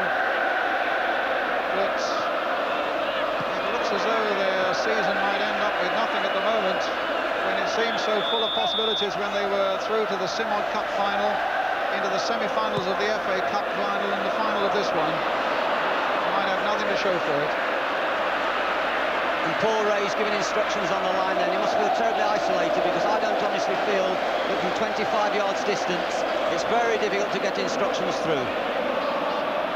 Theo Fole is trying. George Graham also. Desperate moments for managers these, whether you're winning and hanging on, whether you're losing and looking to put it right. I think at times, Brian, we try and influence ourselves sitting there, that we're doing our jobs. There's very little we can do. Theo's almost having a heart attack there at the moment.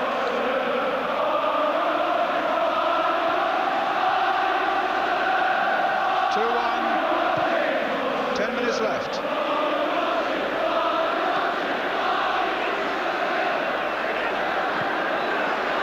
Onside, Smith's on his way. This could make it safe for Arsenal. Saved by Dibble.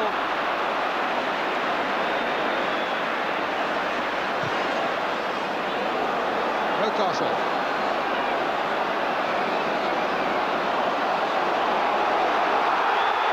Penalty given as Rocastle is brought down.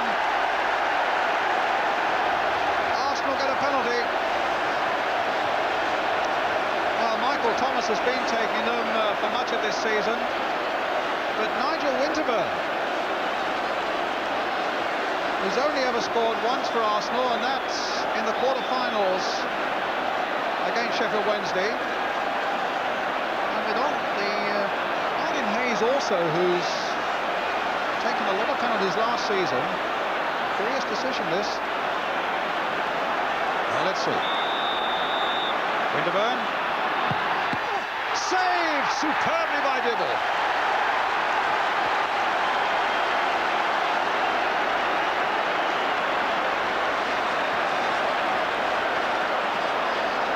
A genuinely good goalkeeping save there. Studiously placed towards the corner by Winterburn. A spectacular leap and save by Andy Dibble, and a corner for Arsenal. 8 minutes left. Brian Steen getting back there to get it away. Rocastle for Arsenal. Turning on the power now. Another cross coming in over the top, and it'll be a goal kick.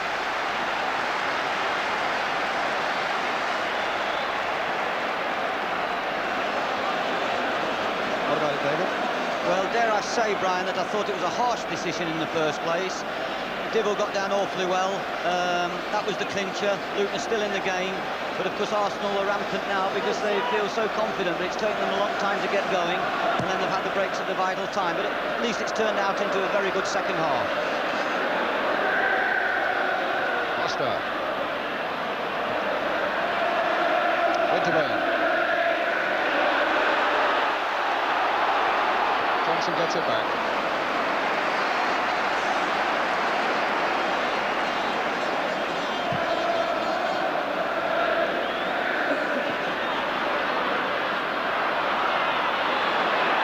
Caesar.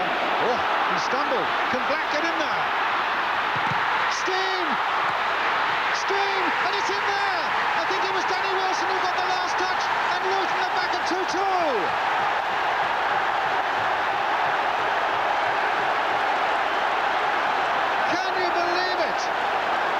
And he's made sure that we have to believe it. Kingsley Black, after Caesar had fallen, a little touch there to Brian Steen. The first one is charged down. Steen gets another touch, and in the end it's Danny Wilson who tucks it in to make it 2-2. Well, Luton have never given up. They've lost Harford and they've kept at it, and they've got a break, and you may say they deserve the break, and now at least once again Arsenal have got to come and show their skill. I think Hayes' pace has been influential in the last 15 minutes. He's been getting beyond the Luton back four easier than Groves did earlier. I think it's been a very good substitution by George Graham. Ricky Hill. Certainly no great shakes as a cup final for the first 45 minutes, but it's more than made up for that now in this second half. You would hardly have given a price for Luton when they went 2-1 down, when Alan Smith went through with just the goalkeeper to beat, and then they got a penalty which Dibble saved brilliantly, and Luton have weathered all that and now get themselves a free kick where they can put some more pressure on Arsenal. And who knows, Foster's gone forward. With the splendid left boots, Ashley Grimes is behind it, although maybe Rob Johnson will fancy he should be taking it.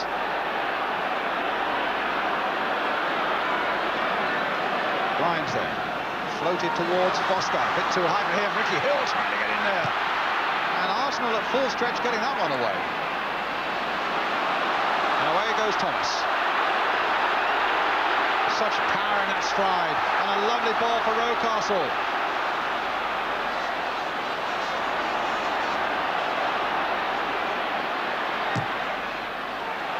Stopped by Donkey.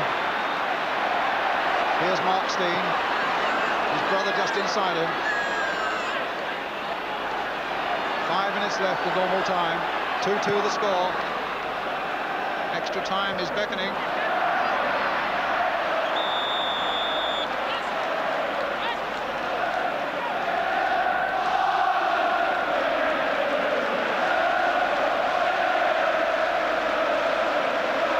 The fitness angle will be even more important now, Brian, if it goes to extra time. Preece did his job, he was substituted. They've got no cards left to play, Luton. And Arsenal have one, of course. Smith gets up, but Dibble saves.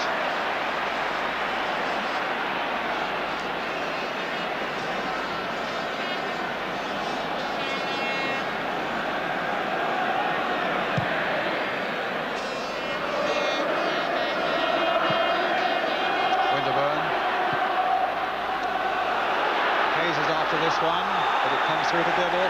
Yes, there was an obstruction by Foster on Martin Hayes, spotted by referee Joe Worrell, providing Arsenal with the free kick. Can't help feeling in the first half Luton played with a deeper defence, and therefore didn't have the space, Arsenal, to outrun them behind them. And this half they've pushed up a little bit in search of the game, and they've left more space and they've become more vulnerable. Let's see how vulnerable they are then from this free kick. Paul Davis with a little chip trying to find Alan Smith, but Donachie with a header gets it away to Danny Wilson, the man who scored that second goal for Luton. Here's Mark Steen, played in for Ricky Hill, but Steen had stopped running.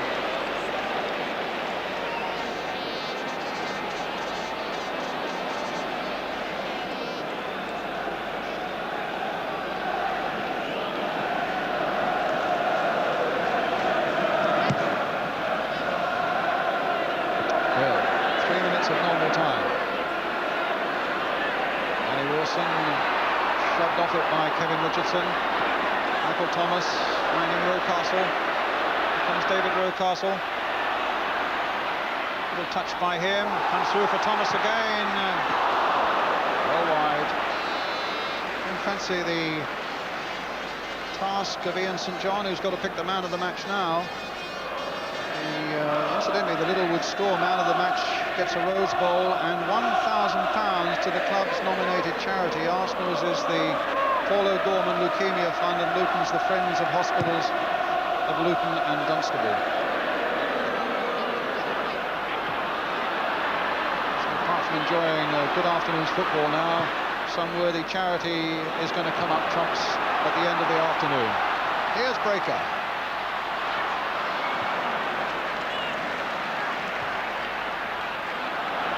Davis. Donachie. Oh, just enough. The ball hasn't run on fast today, Brian. It's looked like a holding pick. So there's that early back pass of Foster. There's been one or two other occasions, and that was one. Here's Kingsley Black. To Brian Steen. To Ricky Hill. Now to Ashley Grimes. Get on after that one, he says. A beautifully weighted ball there for Black. And a lovely cross in. Adams got it away at the second attempt. Some good play by him. Black playing it in once more. This time there was an offside, I suspect, against Brian Steen. And the score remains at 2-2 as we come towards the last minute now of normal time. It also must be quite warm down there. We've had a lovely day, blue skies. Although there's been a freshening wind, you don't get that down in the bowl. Rocastle, Donachie. Foul by Alan Smith on Donachie.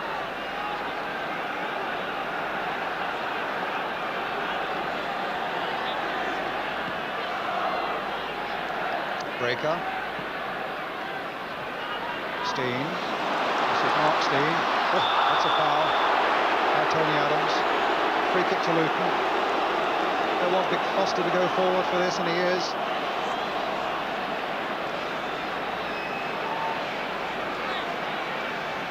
Terrific influence on this game today, and who knows, he might yet have the last word. Word there with Ashley Grimes about how the free kick should be taken, and Ray Harford gets back to the bench. I think Ray'd like to take it for him, Brian. Chip in there by Danny Wilson. Now Grimes. Pick the outside, there's Steen! And Luton are ahead in the very last minute. It'll take a monumental effort now by Arsenal to get back on level terms. And the underdogs look as though they are going to have the last word. What an amazing given Luton a price 10 minutes ago. And now suddenly they've drawn back level, and now Brian Sveen has made it 3-2. Yes, it was Brian, and it was a superb ball from Ashley Grimes, outside of his left foot, clever ball. And I think overall, it's about right. You might be a little biased, former Luton manager. I hope I haven't shown that too much, Brian. It's been a good second half. It's finished. It's finished, and Luton have won their first major trophy. They've tried for so long since they were formed back in 1897, and they're all over the pitch. There's a whole heap of them.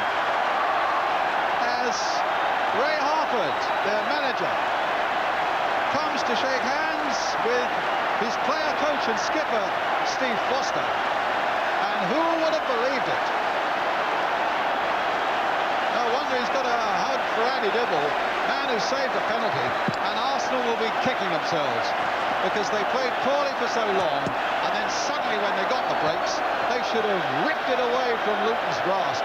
And Brian Steen, with those 2 goals, the last one in the very last minute, made sure that the cup goes to Bedfordshire. Well, a lot of neutrals will be delighted for this man. A good, honest, pleasant manager, and they'll commiserate with George Graham, but they say, well, George, you won it last year, and really you had your chances to win it this year as well. In the end, it came to nothing.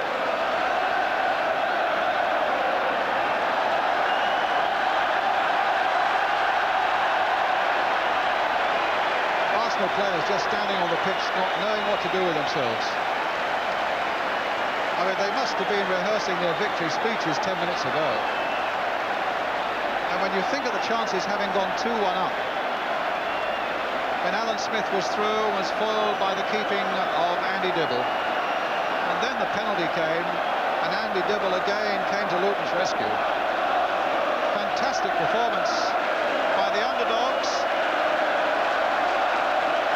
And Mick Harford, they lost him, and they just turned the screw a bit tighter and played a bit better.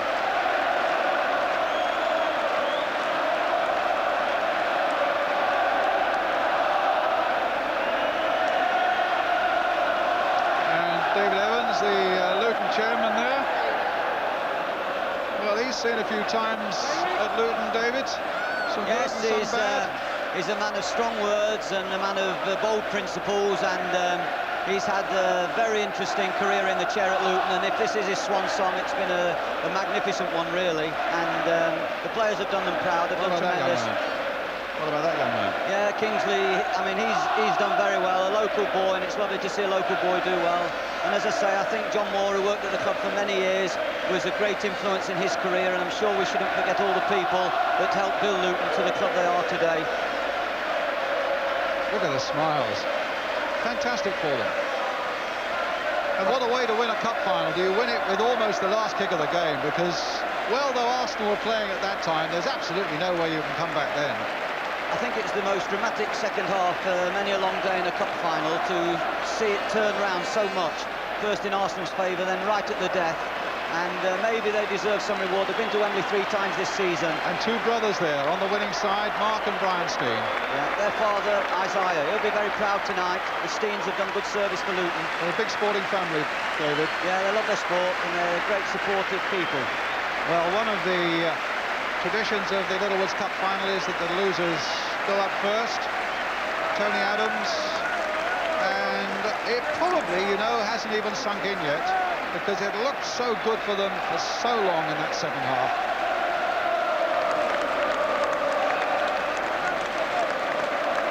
David Rocastle and Martin Hayes, who scored that first goal, and it looked as though they were on their way, particularly when Alan Smith here scored the second one. Terry Groves and Niall Quinn, who didn't get on. Well, an astonishing afternoon at Wembley, even by Wembley Cup final standards. And now the turn of Luton Town to go forward, led by Steve Foster.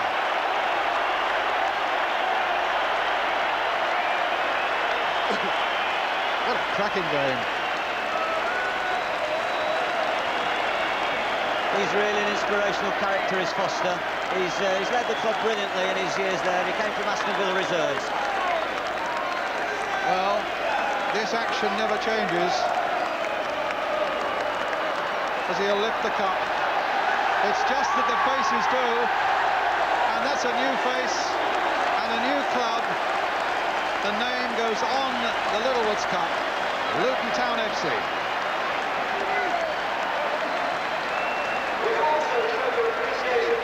Well, they didn't have long to put those ribbons on. That's winner by Brian Steen, scored in the very last minute of the game.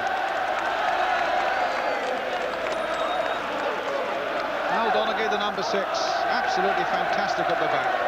He and Steve Foster, the cornerstones of a great Luton triumph. Others may have snatched the glory at the other end, but I think you look at Foster and you look at Donaghy and you look at Dibble, the goalkeeper, and you really don't have to look much further.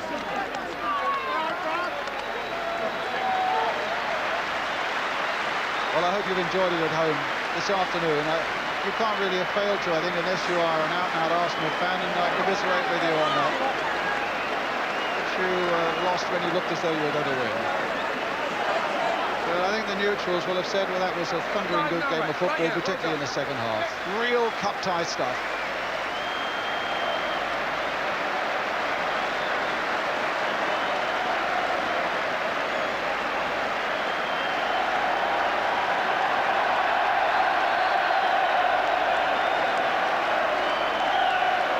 A lap of honour.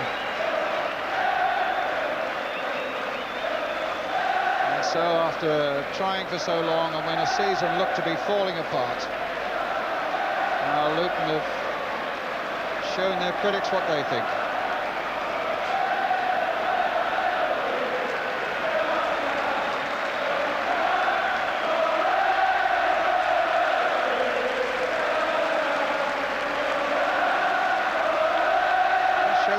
Take anything for granted in this silly old game.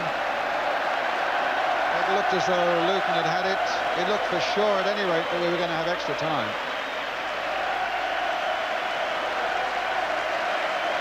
You can always tell how well the second half or any 45 minutes has gone when it's over in a flash, and that second 45 minutes seemed about like 20. The customary picture, and Mark Steen with the top of the cup on his head. A far different figure now from the one who was so unhappy when he was left out of the side yesterday that he apparently walked away from the team hotel. And the man on the right of the picture just taking it all in. Ray Harford, the manager. A real team performance all round.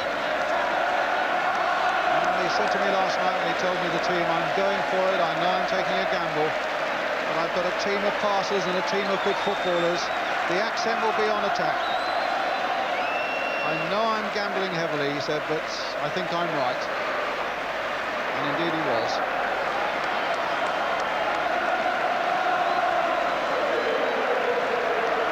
As usual, the great contrast is on the faces.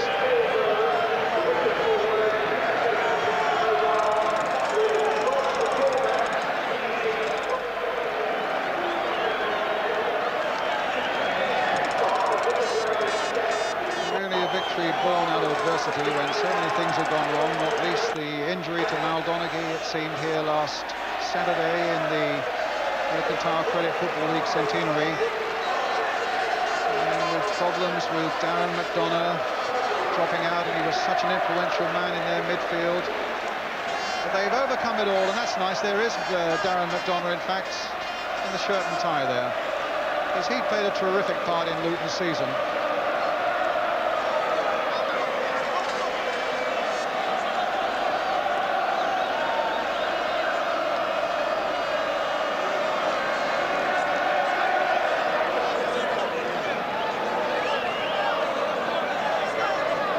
Greatest day in Luton Town's history by a mile.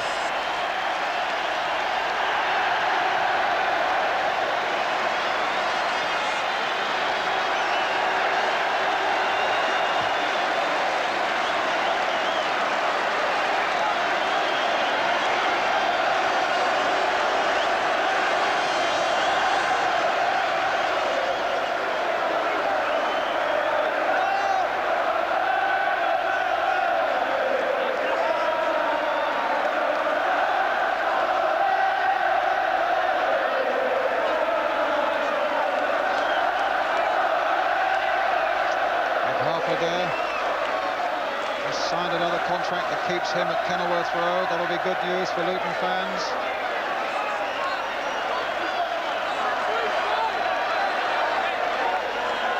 David Pleat. I've just seen David Evans shake hands with David Dean very sportingly in the director's box.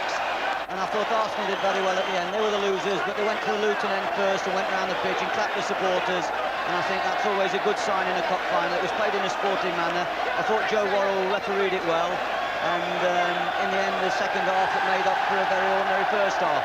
Terrific. It was an amazing finish. And I don't think a bad tackle in the entire game. No malice at all. Good standard. Well, it's a day for the Hatters. They've been victorious over the Gunners. Luton winning by 3 goals to 2. We're going to take a break, and then we should be talking to some of those victorious Luton Town players after the break.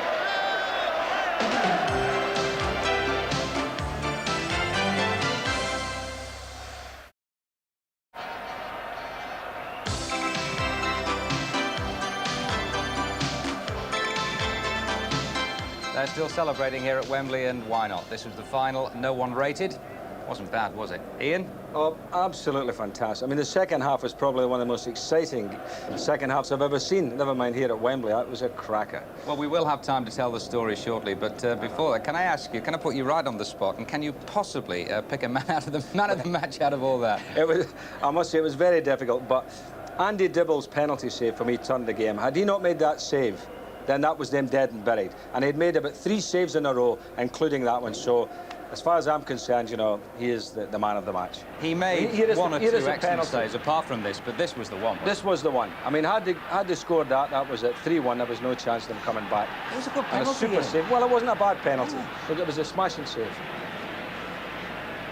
Right, so the Littlewoods man of the match, he'll get a Rose Bowl, £1,000 that he'll donate to the Luton and Dunstable hospitals. Andy Dibble, the Luton goalkeeper, standing there with Ray Harford and Jim Rosenthal. Andy Dibble, very well done indeed. Man of the match voted by Ian St John, and there is a cheque for £1,000 to go to the Friends of Hospitals of Luton and Dunstable. And if you've got room, I know you won't drop it today, there's a little Rose Bowl for you as well. Just tell us about, from your point of view, about the penalty save, because it turned the whole match, really. Well, I just made up my mind to go to my left. We've had a couple against us recently and they've gone in, but luckily, I guess right today, managed to turn it around the post and it came at a crucial time. So I'm absolutely over the moon. That's right. There was a little bit of doubt, I know, before you were if you're actually going to play in the game. You've certainly sort of staked a claim to a regular place today, haven't you? Well, I said the last couple of games, just take each game as it comes. 4 weeks ago, I didn't think I'd be anywhere near Wembley, but it's a dream come true. I can't believe what's happened. It hasn't sunk in yet. It's unbelievable. Right. Let's just come across to the manager, to Ray Harford. Ray, you must have thought that the match had slipped away from you. Yes, but I don't think we deserved it to slip away. I think just after half-time, we had our best spell. We could have been 2 or 3 up at a time. But then when they got the equaliser and got 2-1 up and a penalty, you think, well, it's not to be, but... How important for Luton Football Club is it to win your first major trophy? I think it's vital. And vital now, we're a big club and maybe like to get used to days like this. Right. Let's just bring in Brian Steen here. Now, Brian, but very well done indeed. And the last goal, I'm sure that'll be a little video that you'll look at and you'll replay and replay. Yeah, I didn't realise how long there was to go. When Ashley went down the line, he crossed a superb ball, and I just managed to get there in front of one of the defenders, and he ended up in the back of the net. You've had, what, over 10 years at the club. It's your testimonial year. Yes, unbelievable. Take a deep breath and sum up what this means for Luton Town, for the football club. Oh, it means everything, because they've not won anything in all their time, and to do it in my testimonial is absolutely fabulous, like, you know. It's for the supporters, for the town, the players. We've worked so hard, and well, it's a dream come true for everyone. Well done, a Luton dream. Let's bring in Steve Foster. Steve, Wembley hasn't been the happiest of places for you, has it? A little, thank goodness you were playing the 4-0 back with the Man United and Brighton, if you remember, but today must have turned all that round, surely. Yeah, it has. I mean, just can't believe the result. We didn't deserve to go 2-1 behind. We were playing well first half and the start of the second. But I don't think it's sunk in yet. It just happened so quickly, and I think the lads are still shaking now. We just disbelief, really. What was it, Steve, that swung the game away from you in what looked at one stage to be those vital few minutes? They just put a lot of pressure on us in the 6-yard box and in the penalty area, and you know, it could have went either way. from there on, especially when the penalty. I thought that was it. I thought if they score again, it'll be like the Simod Cup Reading again, 4-1. We're just, like I say, just can't believe it. Good. Very well done indeed. It's a good honour for you. And let's bring in the young man who we spoke to right at the start of the programme, to Kingsley Black.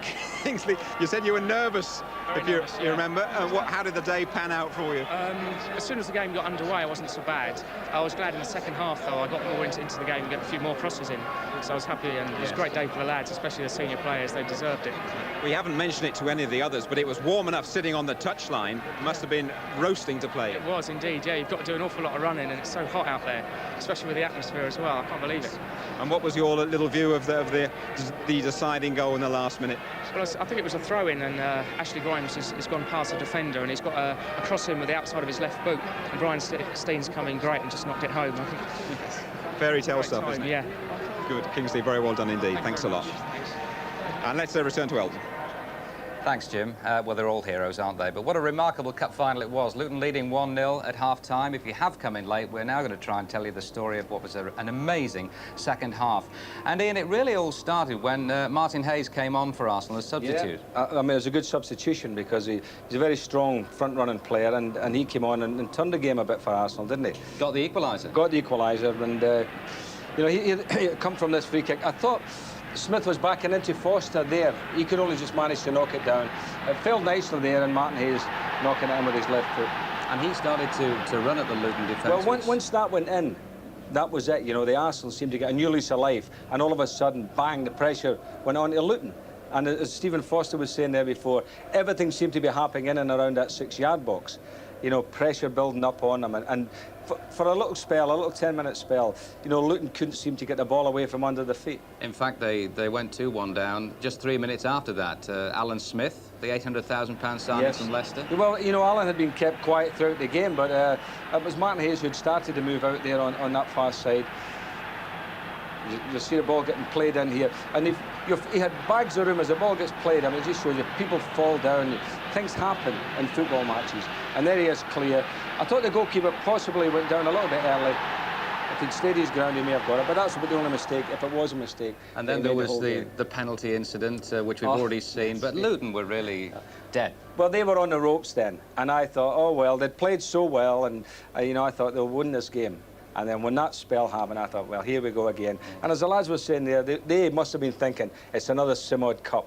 It's going to happen to us. But they managed to get that dramatic equaliser to make it 2-2, and I don't think anybody in the stadium thought they would. Well, I certainly didn't, because I felt that they deserved not to be behind, you know, because over the 90 minutes of the game, I think Luton certainly deserved to win. Nice moment for young Kingsley Black. Lovely, yes. Good save by Lukic. Good save by Lukic. Knocked back in there, and he reacted well, Danny Wilson, didn't he? I thought the referee, who had a very good game, did well therein, because that might have been handball, but he was up there, he saw it, and it was a clear header. Yes, but he pulled his arm out the road, made sure he got it with his head. But then, of course, you know, the build-up to the final goal, and, I mean, we've been sitting here, you know, rocked by all this. The excitement was fantastic. We thought it was going to be We were looking for extra time. Yeah, and then that dramatic, really dramatic, I know it's an overuse of the word these days, but it really was, wasn't it? It was great dramatic. Finish. It was marvellous to see it, you know. I mean, you can't write scripts for, you know, cup finals, and the way it happened. Ashley Grimes outside of the foot there, lovely ball in, and bump. There he was, Branstein knocking it away. And I mean, I don't think he could believe it himself, because once that went in, it was all over then, wasn't it? Oh, absolutely. You know, that was it. It was in the last minute of the game and all over. Can you remember a better cup final in either Littlewood's Milk Cup or League Cup or FA Cup? I thought last year's FA Cup final was a smashing game. And isn't it great now that we're getting here to Wembley and teams are playing and it's all exciting stuff. And I think the people who were here today witnessed a cracking cup tie, and obviously the folks sitting at home there. I don't think too many people would have left the television sets once that second half started. A little bit like Coventry winning the FA Cup last year, because they'd gone 100 years without a major trophy. Luton had gone 103 years without a major trophy. And my word, didn't they deserve it? And we have Wimbledon coming on the FA Cup. Now, could it be? Yeah, this is it, you know. It's all about the underdogs. Maybe Liverpool are sitting at home recovering from last night's celebrations thinking, hang on a bit here. You know, anything can happen Anything can happen here at Wembley, yeah. But I'm delighted for Luton Town, and I'm sure David Pleat, who was working with us today, would be delighted, because David put so much work into Luton over the years, and then he left, and he's looking at his boys, lads that he's signed, playing here today and walking around with the trophy at the end. So I'm sure David would be delighted for that. I think we've said all there is to say about this finally, and thanks very much. Just a quick, we did promise that we'd mention Jim Cannon's testimonial, of course, didn't we? Yes. Tuesday. Yes. Crystal Palace against Spurs. So we hope it's a great night for Jim, a marvellous servant to Crystal Palace. So we've had a marvellous afternoon here at Wembley. The next live football on ITV Wednesday afternoon, Hungary against England. And then it's the FA Cup final. But nothing, absolutely nothing, could beat what we've seen here this afternoon. Hope you've enjoyed it. Bye-bye.